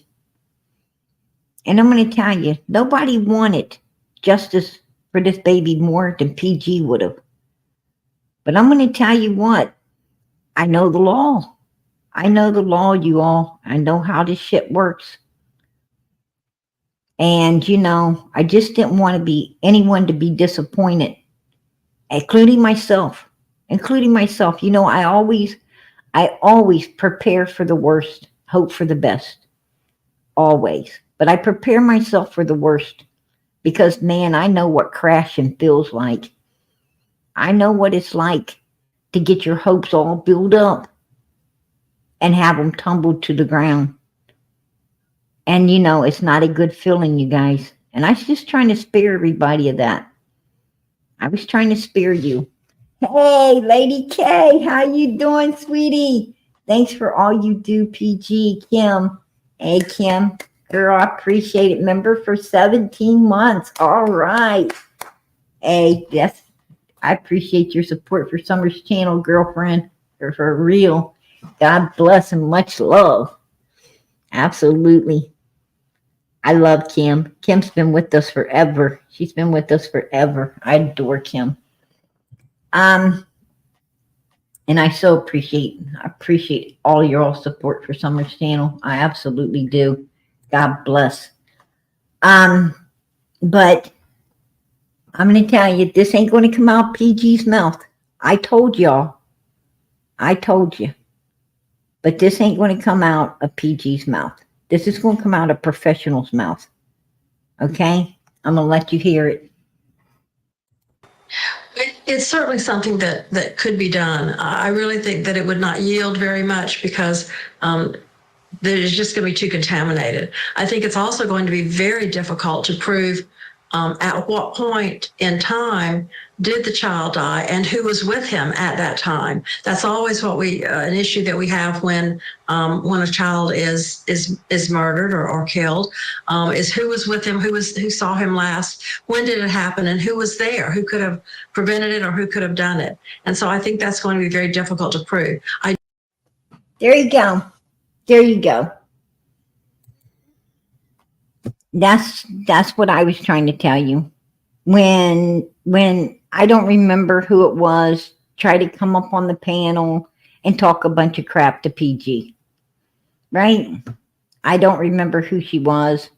You know, I know she supposedly tried to open a live of her own that night and talk more BS, more BS about PG. But there you go. That's out of professional's mouth. That's not out of PG's mouth. That's a professional. Somebody that is in with the court TV and all the stuff. And so I know what I'm talking about. And when I tell you guys, I bring you the truth. I bring you the truth. That's what we do here. That's what we've always done. And I ain't trying to upset nobody. I'm just trying to save people, including myself, right? Including myself. That's what I'm saying. Quentin, hey, Australia, member for 4 months. All right. Quentin Simon, we love you, baby boy. Love you, PG and Summer Moon. Much, much love. Oh, girl, I appreciate that. God bless. God bless. You don't know how much I appreciate you guys. I really, really do. And I love you guys. And I so appreciate you standing behind Summer, supporting her channel, doing so much for her. You guys really touch PG's heart. You really do. Absolutely. Absolutely, Arctic Wolf. Amen. I appreciate you putting that out up there too. And our bucket list has holes. Thank you. Thank you for putting that out there too, to let people know how much we appreciate everything. And I appreciate my mods. My mods are awesome. They're absolutely awesome. Hey, love a Scorpio. I appreciate it. Member for 16 months. Summer, you haven't been forgotten. Summer's Army. Amen. Absolutely not. She won't be forgotten here ever, ever. I know we cover other kids' cases, but Summer will always, always be in the spotlight here. Forever and a day. As long as we're out here, she's going to be in the spotlight. Amen. Oh, wow.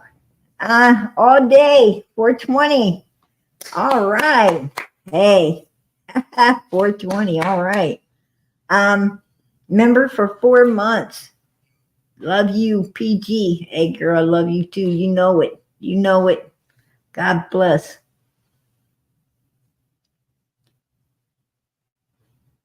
Oh, you guys are so beautiful. So beautiful. So kind to one another.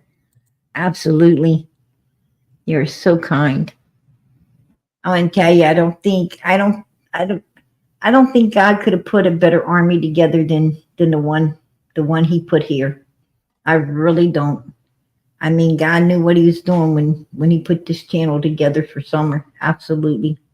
God bless.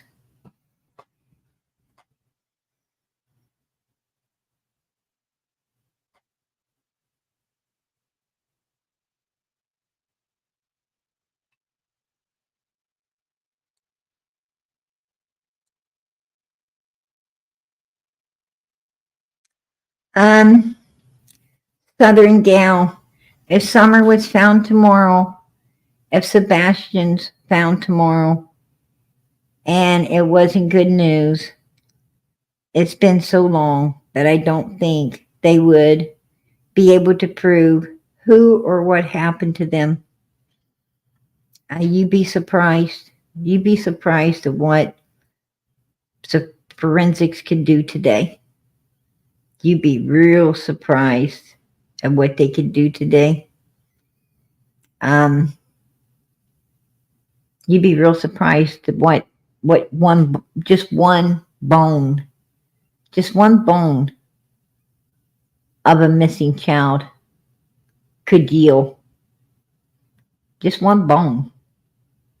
How much that one bone could tell the story. They have a lot of ways of searching, of doing things now that they wasn't able to do, in the past. They have ways of testing, a human's, DNA, and that's with the, with through the bone or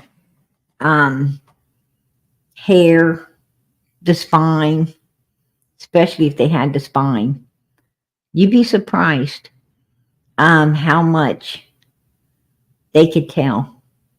Boy, they could tell a lot, a whole lot, because what people don't understand is,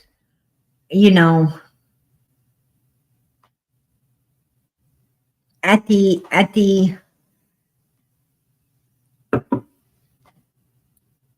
end of someone's life, what they can do is they have a way now that they can actually tell, I guess, how much pain and so forth and so on that the person, actually went through. And they can tell, like what drugs, what substances was in the person. There's a whole lot. Can be a whole story told with just one bone. It's amazing. I mean, look what they did with Quentin. There was almost nothing. And they were able to, tell so much,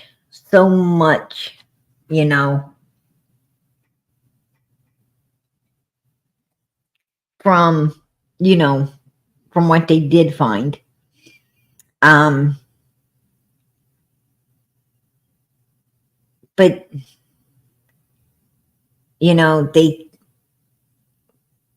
they can't say who did it.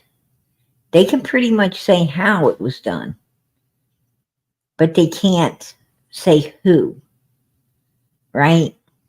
Because that's a DNA that's been destroyed. But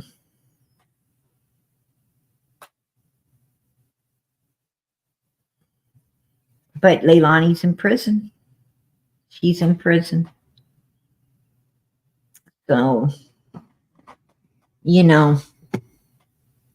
depends on what bones they find that's going to tell the story to it all. They can tell a lot. They can tell a whole lot about, even with bones, they can tell a whole lot, Don't underestimate forensics. Don't underestimate it.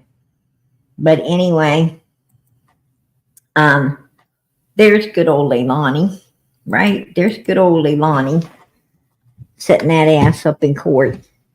And here, this is one of the number one witnesses called to the stand. Good old Danny, right? Good old Danny called up on the stand. If you ask me, I agree with Paul. I agree with the brother. Danny sure seemed like he was trying to save his. I mean, Danny came out of there like Candace came off of Ben Hill Road, right? Danny, he even left the baby. This dude left the kid in a house. He left the kid in the house in a house that another child had just been,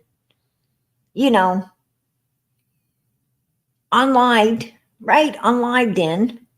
He leaves his own daughter behind and hauls that ass. It's like, feet don't fail me now. I'm going to tell you, you don't run like that. You don't run like that unless you're scared of something. I mean, I don't think he was running from Leilani or Billy Joe's.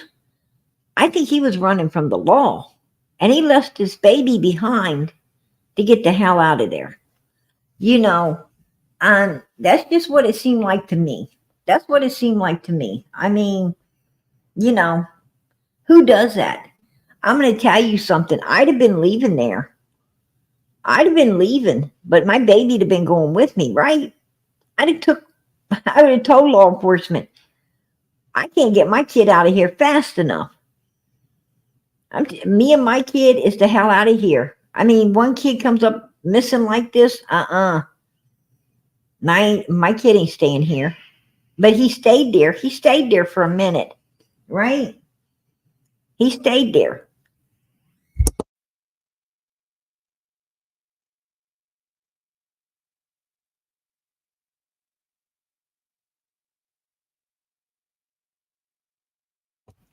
But he stayed there, for a minute, partying with them, going out with them, doing all these things with them, right?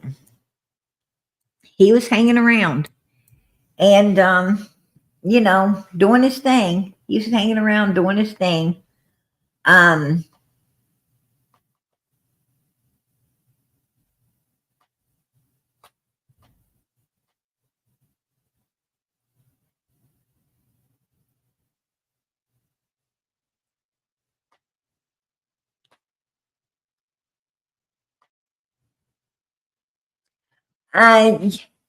Yes, they have her car at the dumpster, but her attorney said, so you don't have anyone getting in or out of the vehicle, and they said no. They said no.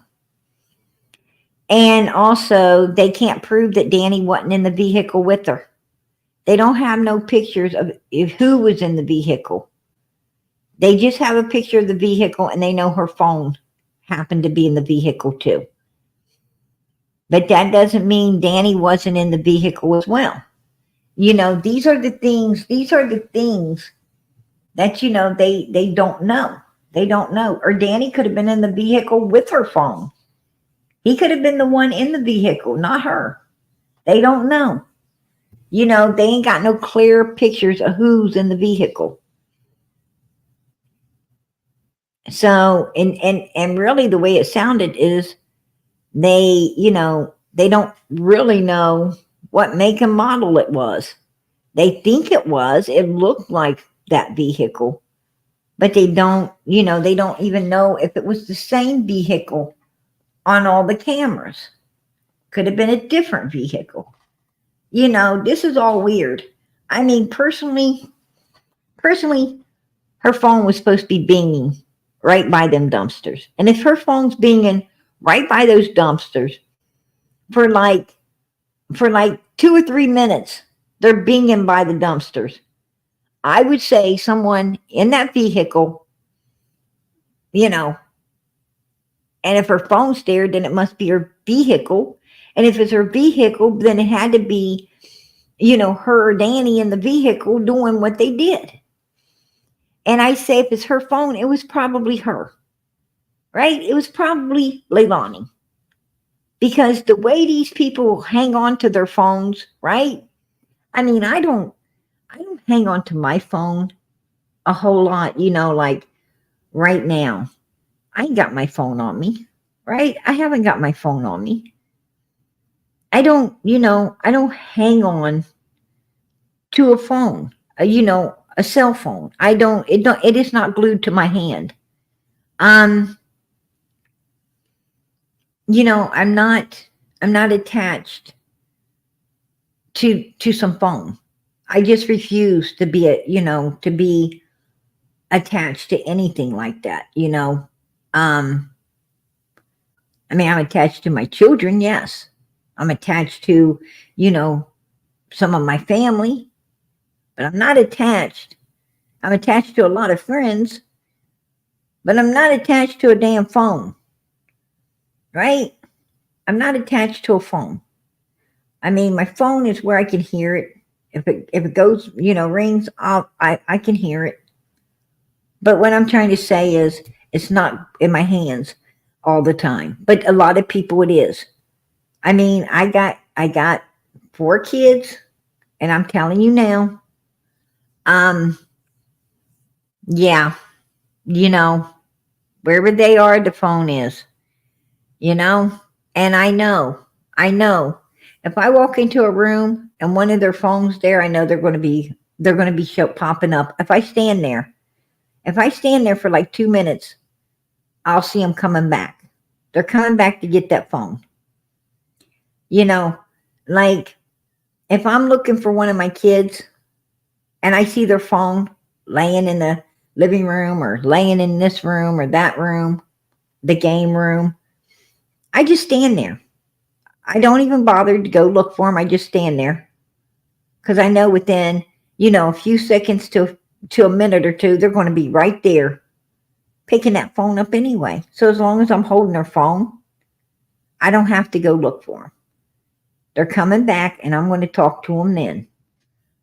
So, it saves you time. It saves you time, right? Because these kids are attached. People today are attached to these cell phones. If it's not in their hand, it's in their pocket. And they're reaching in that pocket, pulling it out every 5 seconds. Click, click, click, click, click. You look at them, they put it back in the pocket. Turn your head, they sneaking it back out, right? That's the shit you put up with. So, knowing this, I don't think Leilani got too far away from her phone, right? I don't think she did. I don't think that Leilani got too far from her phone. She strikes me as, she strikes me as the person sitting at the dinner table, fucking with the phone, texting. She reminds me of the person that, you have to tell her, could you put down the phone, right? You're in the middle of the library, she's on the phone. You're in the middle of the store, she's on the phone, right? You're in the middle of a wedding, she's on the phone. It doesn't matter, she's on the phone. Leilani is, a phone person. I would like to say phone freak, but that might be offensive. But there's a lot of people out there that's just addicted to that phone. A lot. They don't know when to put it down and when not to. It's addictive, obviously. And I don't want no part of that addiction, right? So I don't constantly have a phone around me.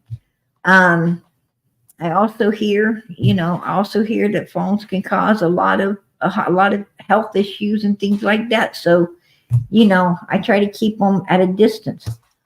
I don't know if they do or not, but I'm a germophobic and I'm I got OCD and I got a lot of problems and I like to keep my, my health as good as I can. And I don't want things hanging around that might give me the big C word. That's what they say. That's what they say about these phones, you know. And I don't need all that. What I need is to try to live as much as I can in the real world. It's hard to do, but I tried to do it as much as I can. And anyway, it was her phone in the car, right? And I would say that it was her in the vehicle too. If her phone's pinging there, then it must be her car and she must be there. You know, I don't know. I don't know. I mean, I wasn't there. I'm just saying, you know, this is my opinion, my opinion. Not looking good for Leilani and or Danny Youngkin. Leilani did not return from leaving the first time until 11:20, and Danny was still up waiting for her return, stated Paul Simon, her brother. Paul said Danny was up. He didn't go to bed till 11:40 something, and Danny was still up. They were up and downstairs. He said that when he came in, he went in and talked with Danny, and he said Quentin was still awake. Quentin was still awake when Paul went and was talking to Danny. Quentin was awake. Now, he said he heard Leilani pull in about 11:20 coming back from Big Red, right? Big Red was the supposedly, you know, where they got their stuff, right? That's where they supposedly got their stuff. And I guess, you know, I don't know, but rumor is, you know, Leilani was, you know,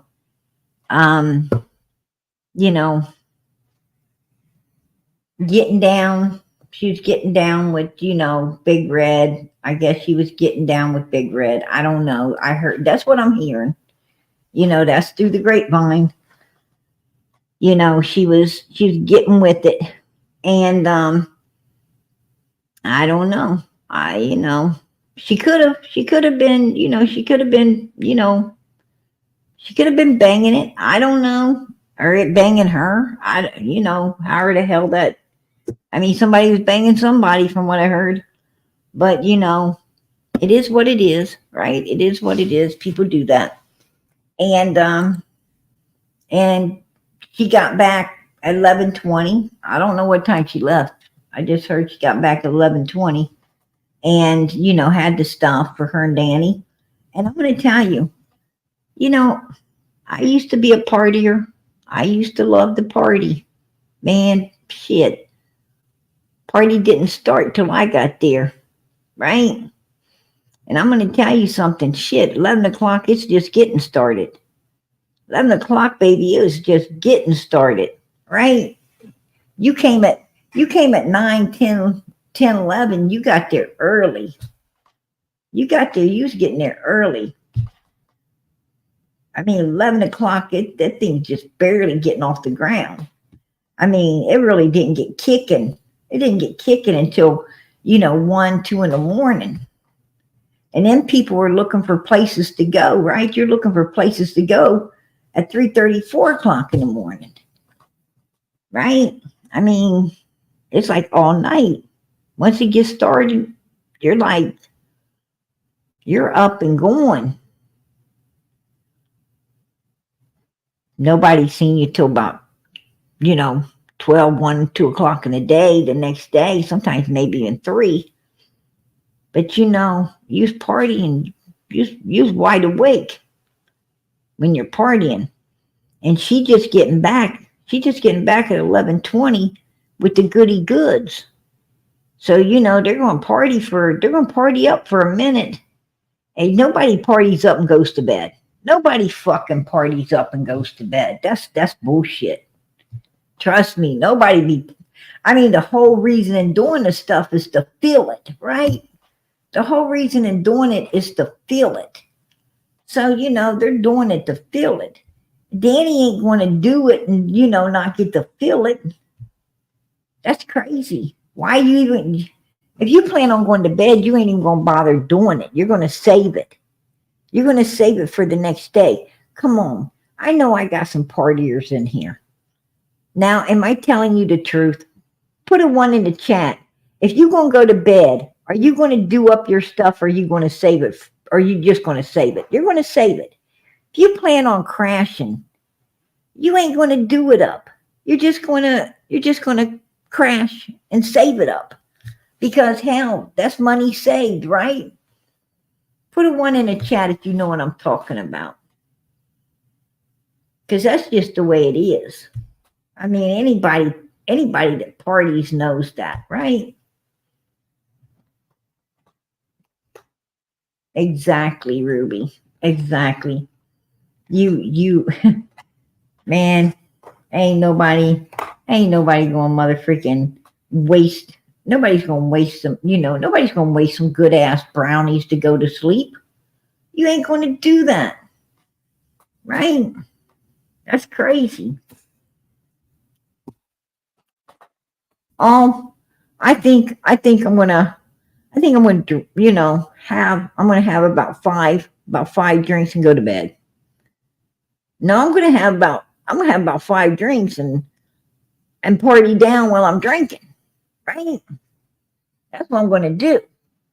I'm gonna have a good time. After my good time, I'm gonna see what else I can get into. Then I might smoke a cigarette. Right? Smoke a cigarette, and then I might go to sleep. I might go to sleep after that. I don't know. Or I might just lay there and giggle about how much damn fun I had earlier. You don't know. You don't know what you're going to do.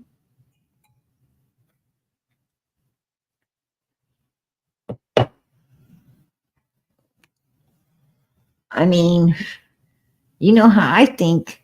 If I'm going to wake up tomorrow feeling like shit, then I'm going to have a damn good time tonight. Right? I'm going to definitely earn that feeling like shit. It's just the way it is. Now I'm going to tell you, he stayed up. Now, from what Paul says, 11:20, Leilani is returning home. At 1:15, she's already back on the road, according to her cell phone. According to, the cameras to pick up your license plates and shit. She's already on the road. She's already out there.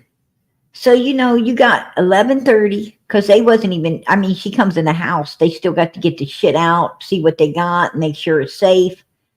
There's a lot to doing this stuff. You got to make sure that, especially if it's the freaking, booger sugar, right? If it's the good shit, you got to make sure that, it ain't cut with some weird stuff. You got to make sure it ain't, too pure, right? There's some stuff to do. You got to be safe. Everybody knows this. Anybody messing with this stuff knows routine. It is what it is.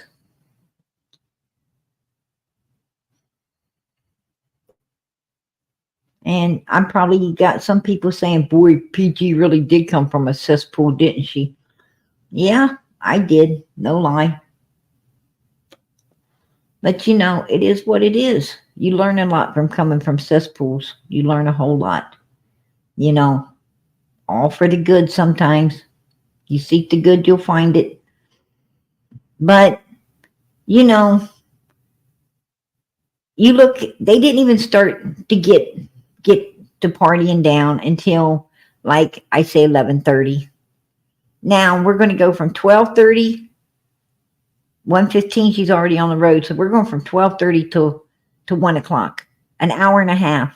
And you're definitely going to want to, you're definitely going to want to feel your buzz, and it takes a while for this shit to kick in. You don't do it and then poof, baby, I'm feeling good. No, it don't work like that unless you're fucking something wrong with your mind.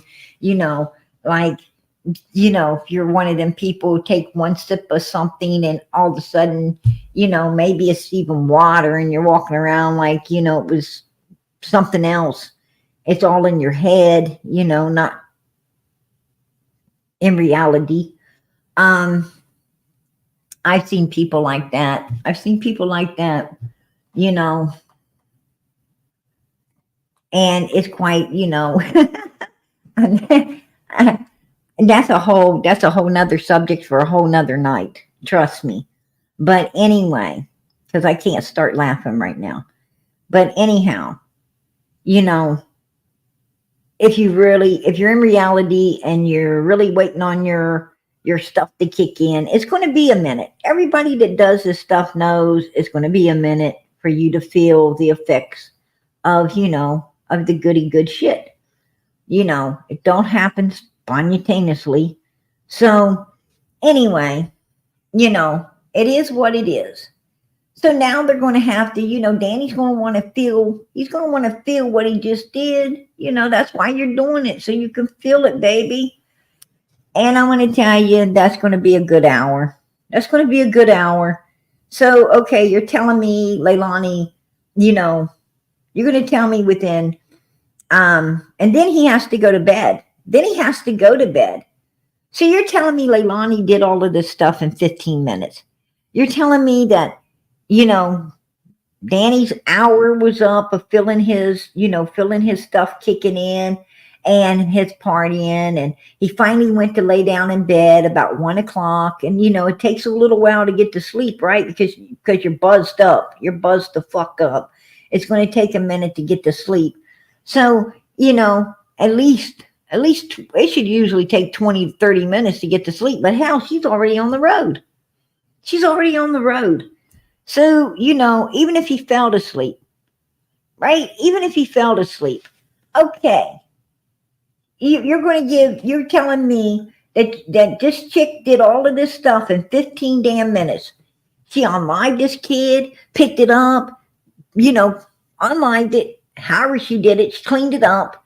She runs this, you know, puts him in whatever she has to put him in. She takes him, run out the house, jumps in the vehicle, and flies somewhere. You know, she thinks of all this shit in 15 minutes. What she's going to do, where she's going to go, all of this stuff. No. Oh, hell no. You know, I don't think so. I mean, and this dude's in the same damn room. He's in the same room where these children are. You know, matter of fact, Quentin's crib is closer to his bed than Zane's, the other child, in a car bed, clear on the other side of the room. And he hears nothing, he sees nothing, he knows nothing. Ooh, reminds me of that monkey, that, you know, the monkey you see with his hands over his ears and his hands over his eyes and his hands over his mouth, right? You remember seeing that? You know, monkey sees nothing, hears nothing, say nothing. Yeah. That's what it reminds me of. Bullshit. It's just bullshit. No. Ain't happening. I want to tell you, I believe Danny knows a lot more than Danny's telling. And did you notice at the hotel, and this is another thing that I found suspicious. Did you notice at the hotel, the camera? Did you notice the camera that was supposed to be the law enforcement, the setup, the sting operation, on the setup camera that they had when he was supposed to be, trying to pump her for information and stuff? Did you take note that he kept his back towards the camera? Did you notice that you wasn't able to see his face? Leilani was looking at his face. But did you notice that all you could see is the back of his head? Could you, I found that quite suspicious. I found it very suspicious. And I also found at one point him getting up, laughing, doing a complete circle, laughing, like some nut and set him back down, as if he was afraid she's about to say something that could incriminate him. Did you take note of that too? Because I did. Right? I took very much note of that. And I also took note that, you know, he almost implicated himself, because he was saying I, and then he took note to what he's doing, and then he said you, and that's the way he said it, as if a pang of fear just hit him, and he had to direct it back on her. You know, I don't know, but I just don't think all this stuff could be done, you know, without Danny's knowledge, when, you know, they didn't even start the party. The party didn't even start till 11:50, you know, 11:30 or more. The party didn't even start. They wouldn't even taken their shit until then. And you clearly heard him say, you know, he was doing the powder. He was doing, you know, his little weird drinks. And he was doing, you know, he said he also, you know, drank down his last beer, right? So with all of this going on, it's going to take more than a freaking hour, right? It's going to take more than an hour. Come on. Try to do all that shit in an hour and be in bed asleep. Ain't happening. It just isn't going to happen. You know, that's all I'm saying. I do think, you know, do I think Danny, you know, do I think that Danny is the one that actually, you know, unlived Quentin? I can't say he didn't. I can't say he didn't, but I cannot say he did. I can't say he did. Do I think that Leilani unlived Quentin? I think more so Leilani did than Danny. You know, I mean, if I had to guess which one did it, if I just had to guess which one did it, you know, put them both in a bag, shake it up. Who's going to fall out first? I say Leilani. That's, you know, that's just my opinion. That's my opinion. I can't prove it. It's just my opinion. You know, the way Danny ran off, I don't know. I don't know. The way he tried to cover his own ass, you know, some things that Danny did makes me really suspicious. It makes me really suspicious, you know. So I don't know. Do I think that Paul Simon had anything to do with it? No, absolutely not. I think Paul was the only one in that house, other than Quentin's little brother and sister, that did not have anything to do with it. Right? That's the only one. But I think them other two, I think Danny and Leilani, to be honest with you, I wouldn't doubt that Danny didn't warn Leilani about the camera being set up in the hotel. I wouldn't doubt that he, you know, that he was trying to lead her into saying what he wanted her to say, you know. I wouldn't doubt that at all. With him keeping his back to the camera, we don't know what his facial expressions were looking like. We don't know what he was doing, you know. And for him to just all of a sudden pop off and laugh the way he did, it's hard telling. And with her standing there saying, you know, your mother freaking set me up. You're just like the feds and all of this stuff. I don't think she's that smart. I don't think she's that smart. That's why, you know, I kind of think he shared with her. I think the feds, you know, was using him to set her up, but I think her and him might have been working together to, you know, throw the feds off. You know, I don't know. I think Danny was working hard to save his own ass, if you ask me. right?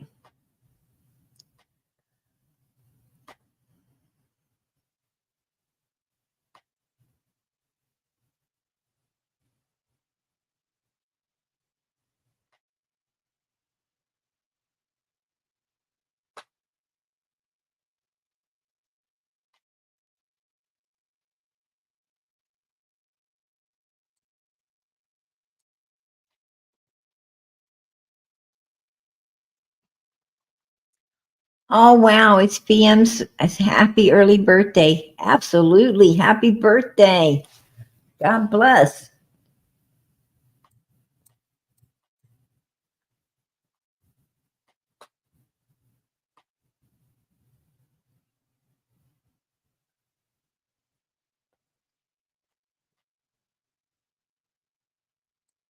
Oh, wow.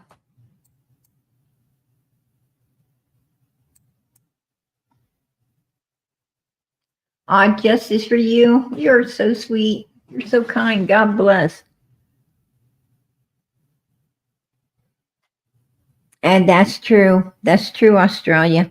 You know, she could have, one of them could have accidentally did it. He wouldn't go to bed. He wouldn't go to sleep. They could have accidentally did it. They might have had their stuff out and he got into it. She just got back, right? She just got back from Big Red. She just got back with the what they would believe to be the mother load for them to get their you know their high on, right?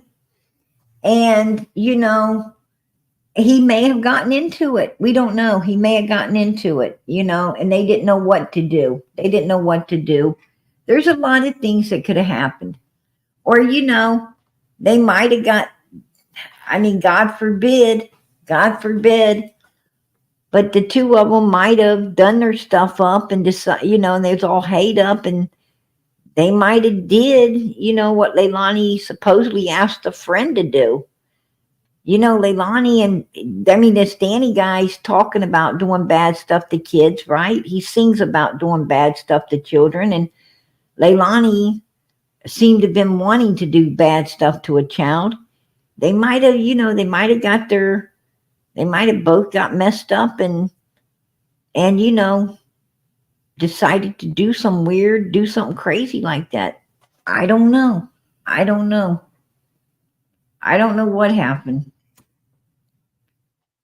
I do know that the little baby, a beautiful little baby, was online and thrown in a dumpster like a piece of trash to save, to try to save their asses. They throwed him away like a piece of garbage. And I'm going to tell you what, he didn't deserve that. He deserves way better. And, and I know he's got way better now. I know he's in the arms of an angel. I know that, he's in a way better place than this. And he won't ever have to worry about being hurt or mistreated again by anyone. But you know what? He shouldn't have ever had to feel that kind of pain. He shouldn't have ever had to go through all the abuse he went through and all the things he did. I mean, those kids like the Wells kids walked through hell. They walked through hell because of Leilani. And I'm going to tell you, little Quentin deserves the justice that's coming. He deserved it. And I hope to God he gets it.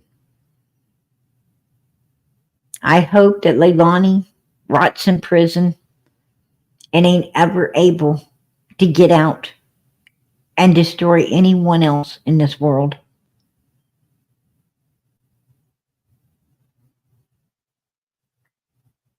I'm going to tell you something. You only get one chance at this life. You get one chance to do everything right. And if you're fucking it up and you're doing wrong, blame nobody but yourself. Leilani can blame herself for where she's at right now, and she can blame herself for her whole life being shit down the tubes, right? Blame herself. She could have made better damn choices, and she didn't. She could have loved and cared a little more instead of caring so less for them around her.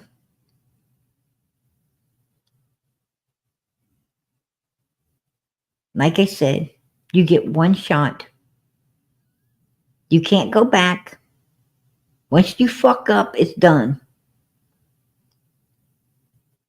And you should be a lot smarter and make a lot better choices.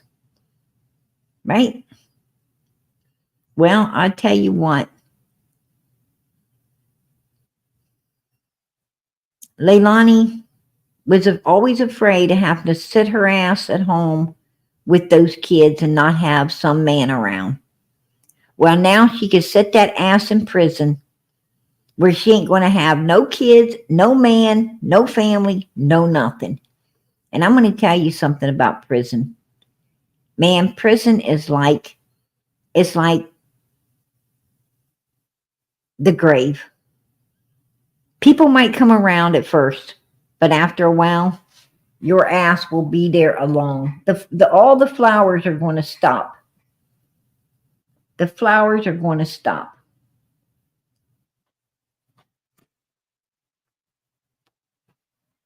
And people are going to move on. Nobody's going to be there putting flowers.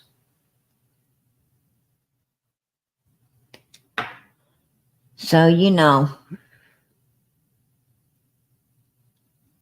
she done something she should not have done, in my opinion. That's my opinion.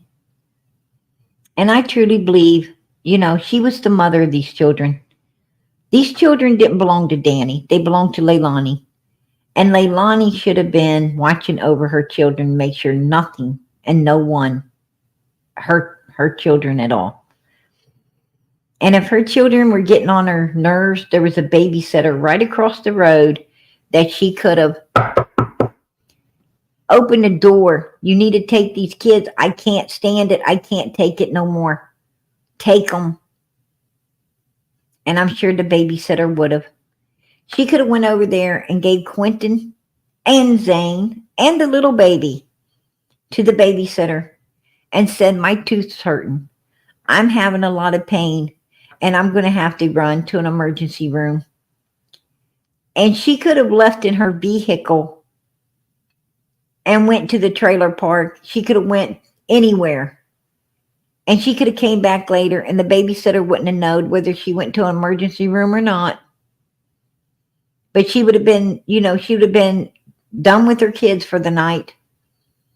And she could have tried it again tomorrow. But you know what? She ain't going to get a chance to try it again tomorrow now. Because she fucked up. Right? She fucked it all up. And there you go. That's what happens when you fuck it all up. That's what happens when, you know, you're too ignorant to do the right thing instead of the wrong thing.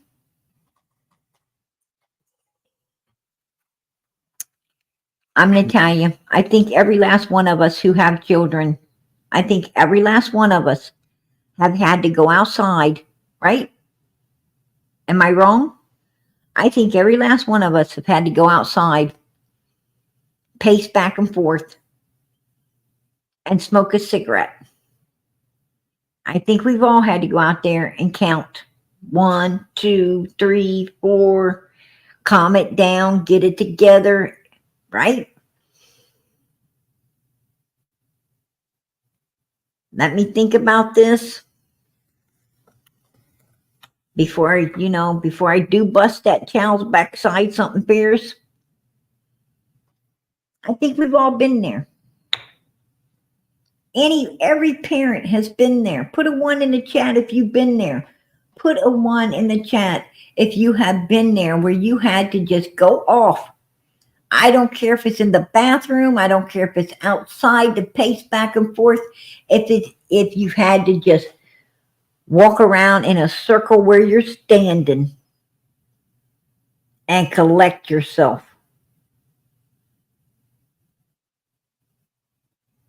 I think we've all done it.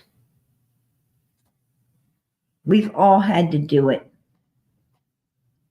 No parent gets away with raising a child very long that you ain't ready to go insane.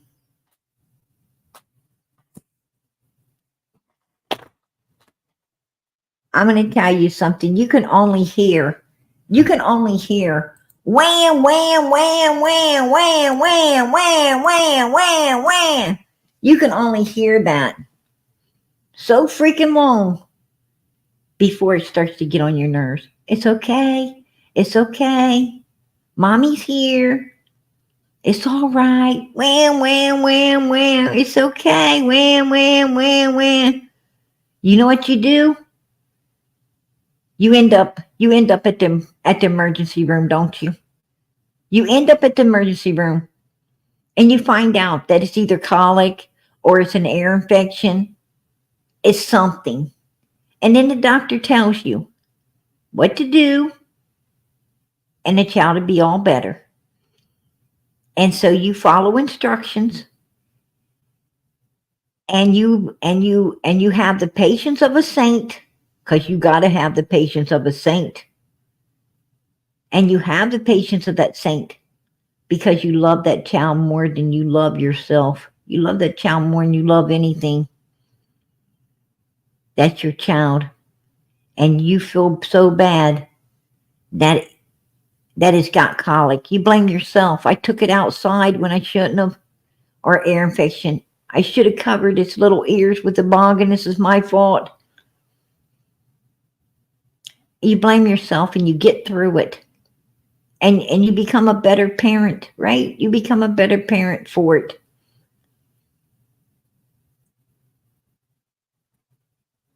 And I'm going to tell you, children don't come with instructions. But I tell you what they do come with. They come with a whole lot of love. A whole lot of love for them and a whole lot of love from them for you. That's what they come with. And it's all worth it. Every second is worth that love. Right? And some parents just don't have it, man. They don't have it. You know? They have no patience. They don't have a lot of things, and a lot of children are suffering because they don't have what it takes to raise a child. A lot of children just, But anyway, on this particular trial, we have seen Leilani freaking out, right? She going to do all kinds of things, right? But no, she don't do nothing to herself.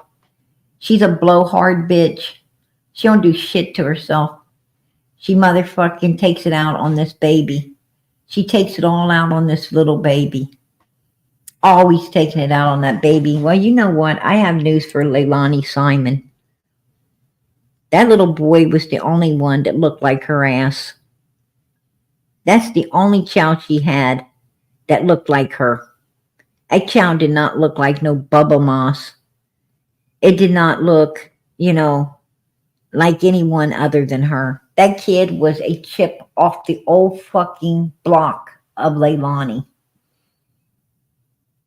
That child looked exactly like its mama. And the only one she had that looked like her. And she destroyed it. She destroyed it.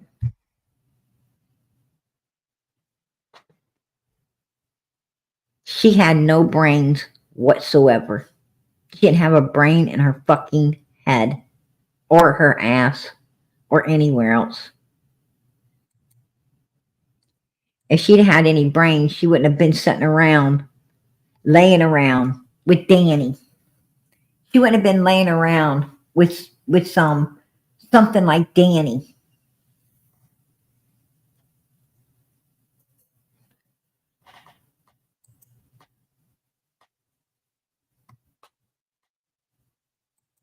But there you go.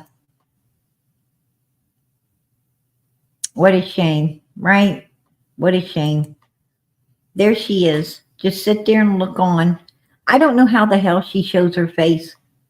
I don't know how she sits there and even shows her face after all of this. Right? That's what separates us from people like this. We couldn't show our face. We ain't that thick-faced. We couldn't show our face. I couldn't do what this bitch did. I couldn't do it.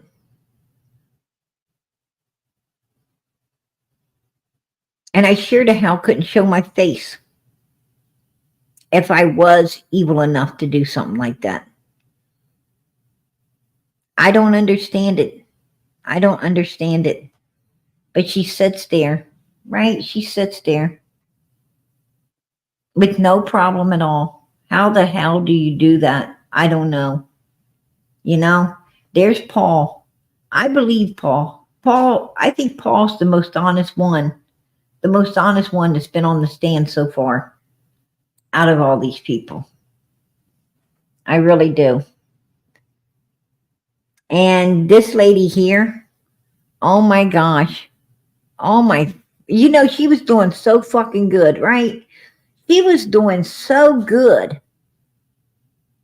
I mean, she was really doing great. And then all of a sudden, I hear some weird shit, right? I hear this weird stuff. I'm like, oh, fuck. She just blew it all, right? She just blew it all. Like, I was like, what? You be doing what? You be hearing who? Seeing what? I was like, oh my gosh. Yeah, she got into the woo-woo shit, right? She got into the woo-woo shit. I was like, what the fuck? Oh, hell. Get her out of there. Get her out of there. I mean, why couldn't they just cut it off before all that shit came? I mean, that was the end of her testimony, right? That's like out the window, out the fucking window now. Ain't going, come on. Why'd they even bother to put her up there? That was just a waste of fucking time now, right? All up in the woo-woo shit. I was like, oh, damn. Too close to Halloween. Too freaking close to Halloween. Bringing all the nuts out, right? Oh, my goodness. Yeah. I'm like, whoa. She's like, I had a Bible and a candle. I'm like, what? I hope you were praying and, you know, lighting the candle as you said a prayer. No, that wasn't what she's doing. That wasn't what she's doing. Okay. What, you know, if you're lighting a candle for some woo-woo stuff, what was you doing with the Bible? What was you doing with the Bible? If you have to have a Bible to do woo-woo stuff, if you're so scared of your woo-woo stuff that you need to hold on to a Bible, why are you even doing it? Right? What is going on here? Like God's going to be protecting you and you're doing some woo-woo stuff. Oh, come on, please. Why are you even going to hold a Bible when you're doing that? Man, that ain't even right. It ain't even right to be holding a Bible when you're doing some woo-woo shit. Right? Leave the Bible out of it. Leave the Bible out of it. You done crossed over to the bad side. That just, you know, that kind of just upsets Christians, right? It upsets Christian people. What are you holding on to God's Bible for when you're doing bad stuff? You ain't supposed to be doing that. God's Bible's holy. What are you doing? Why you even have it around stuff like this? Like it's going to protect you. That's crazy. Just saying. Just saying. Yeah.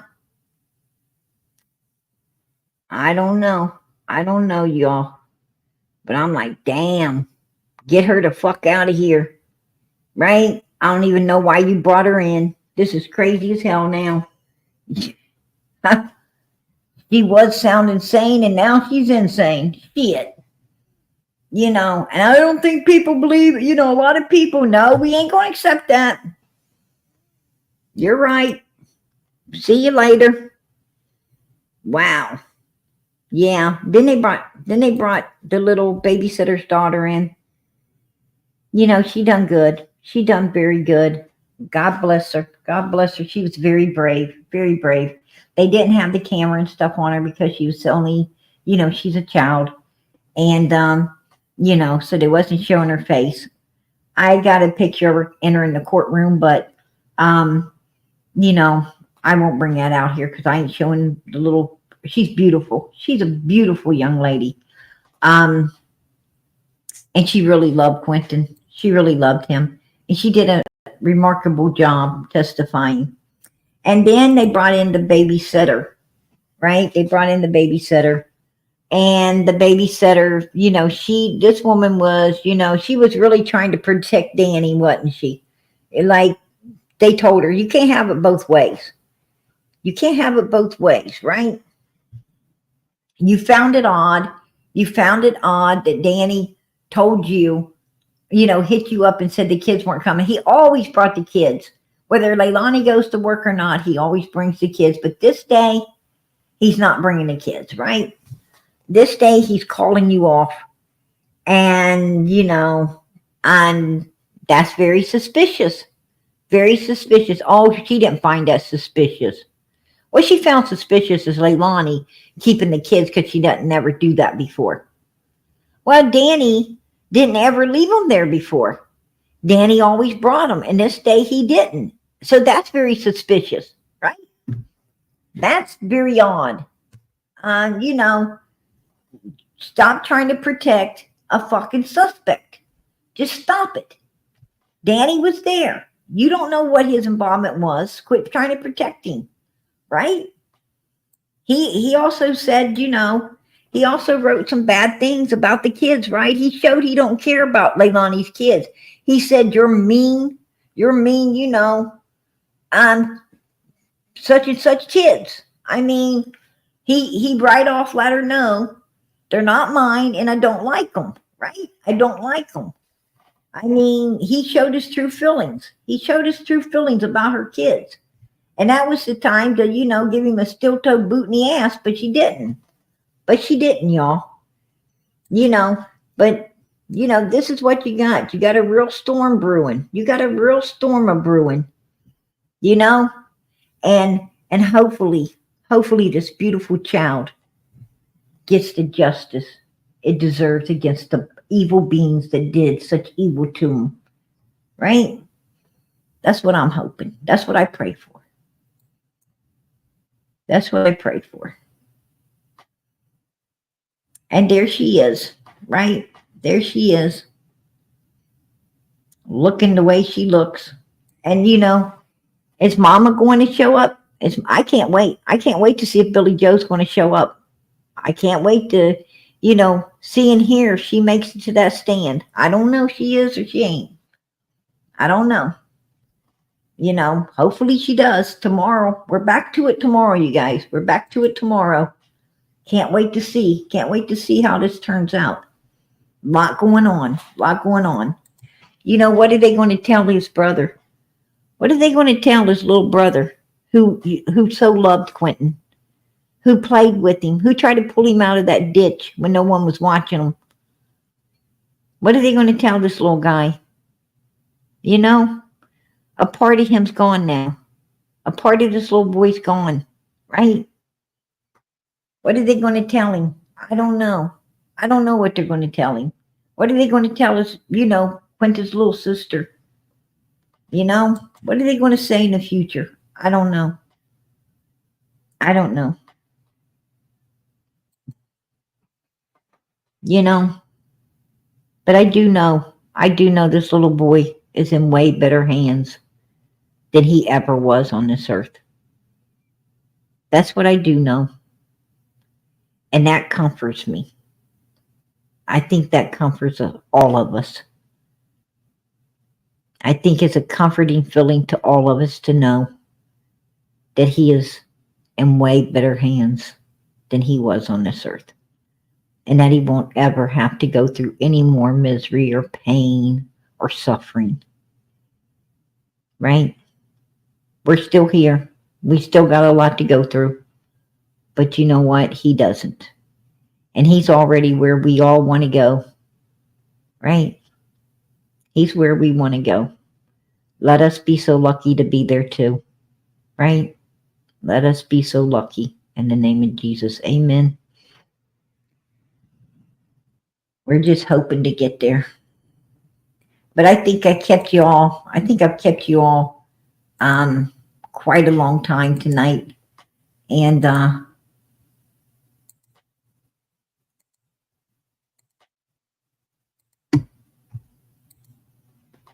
let me see if I have missed anyone.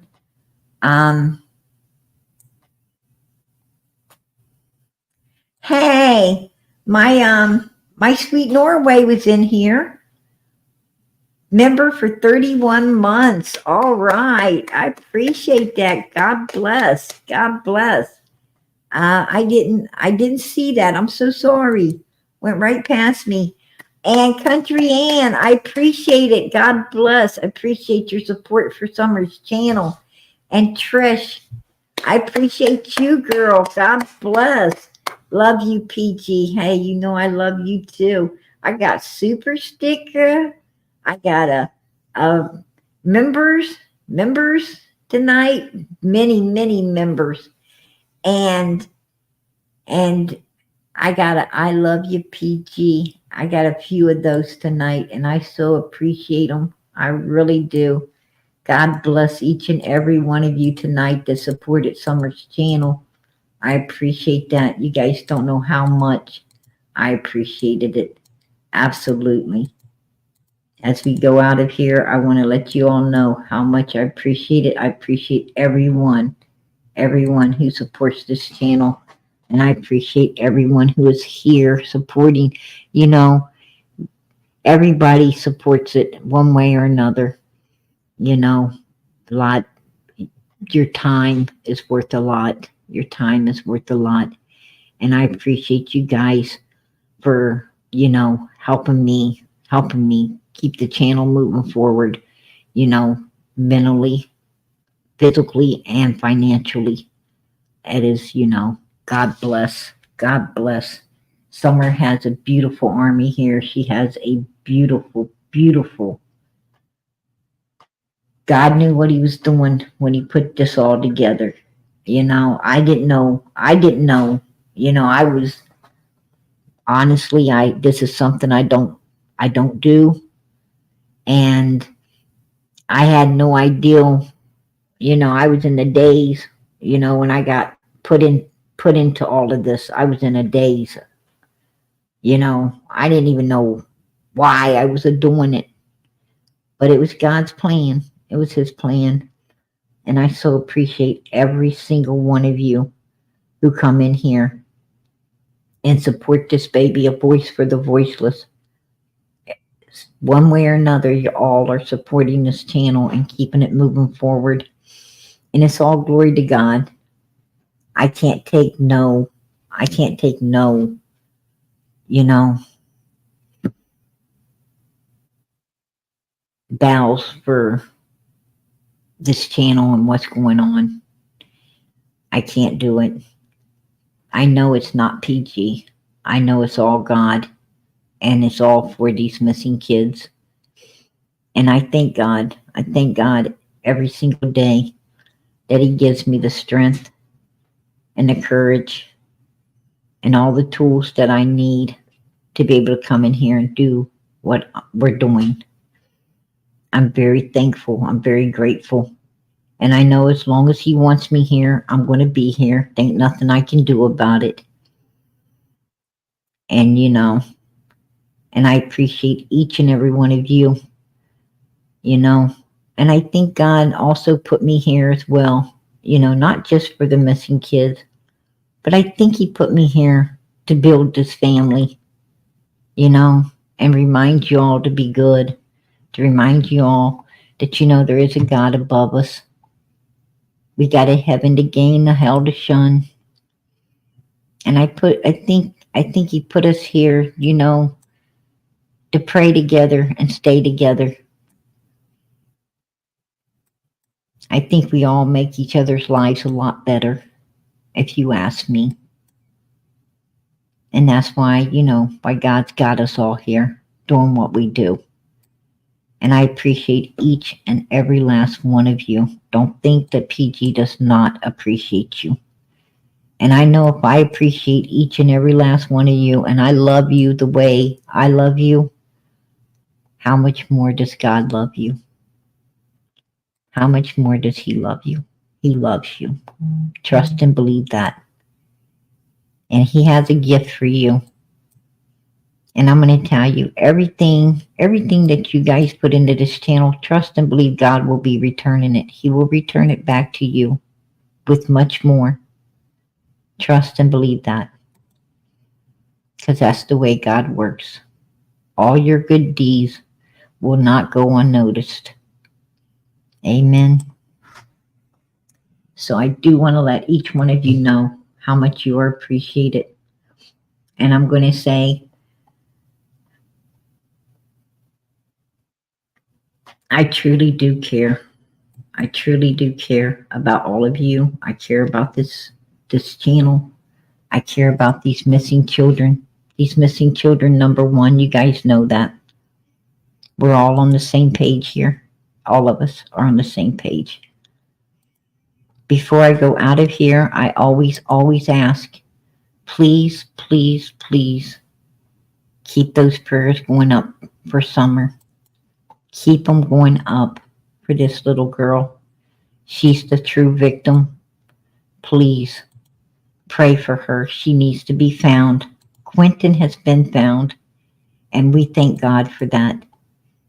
Elijah's been found. We thank God for that.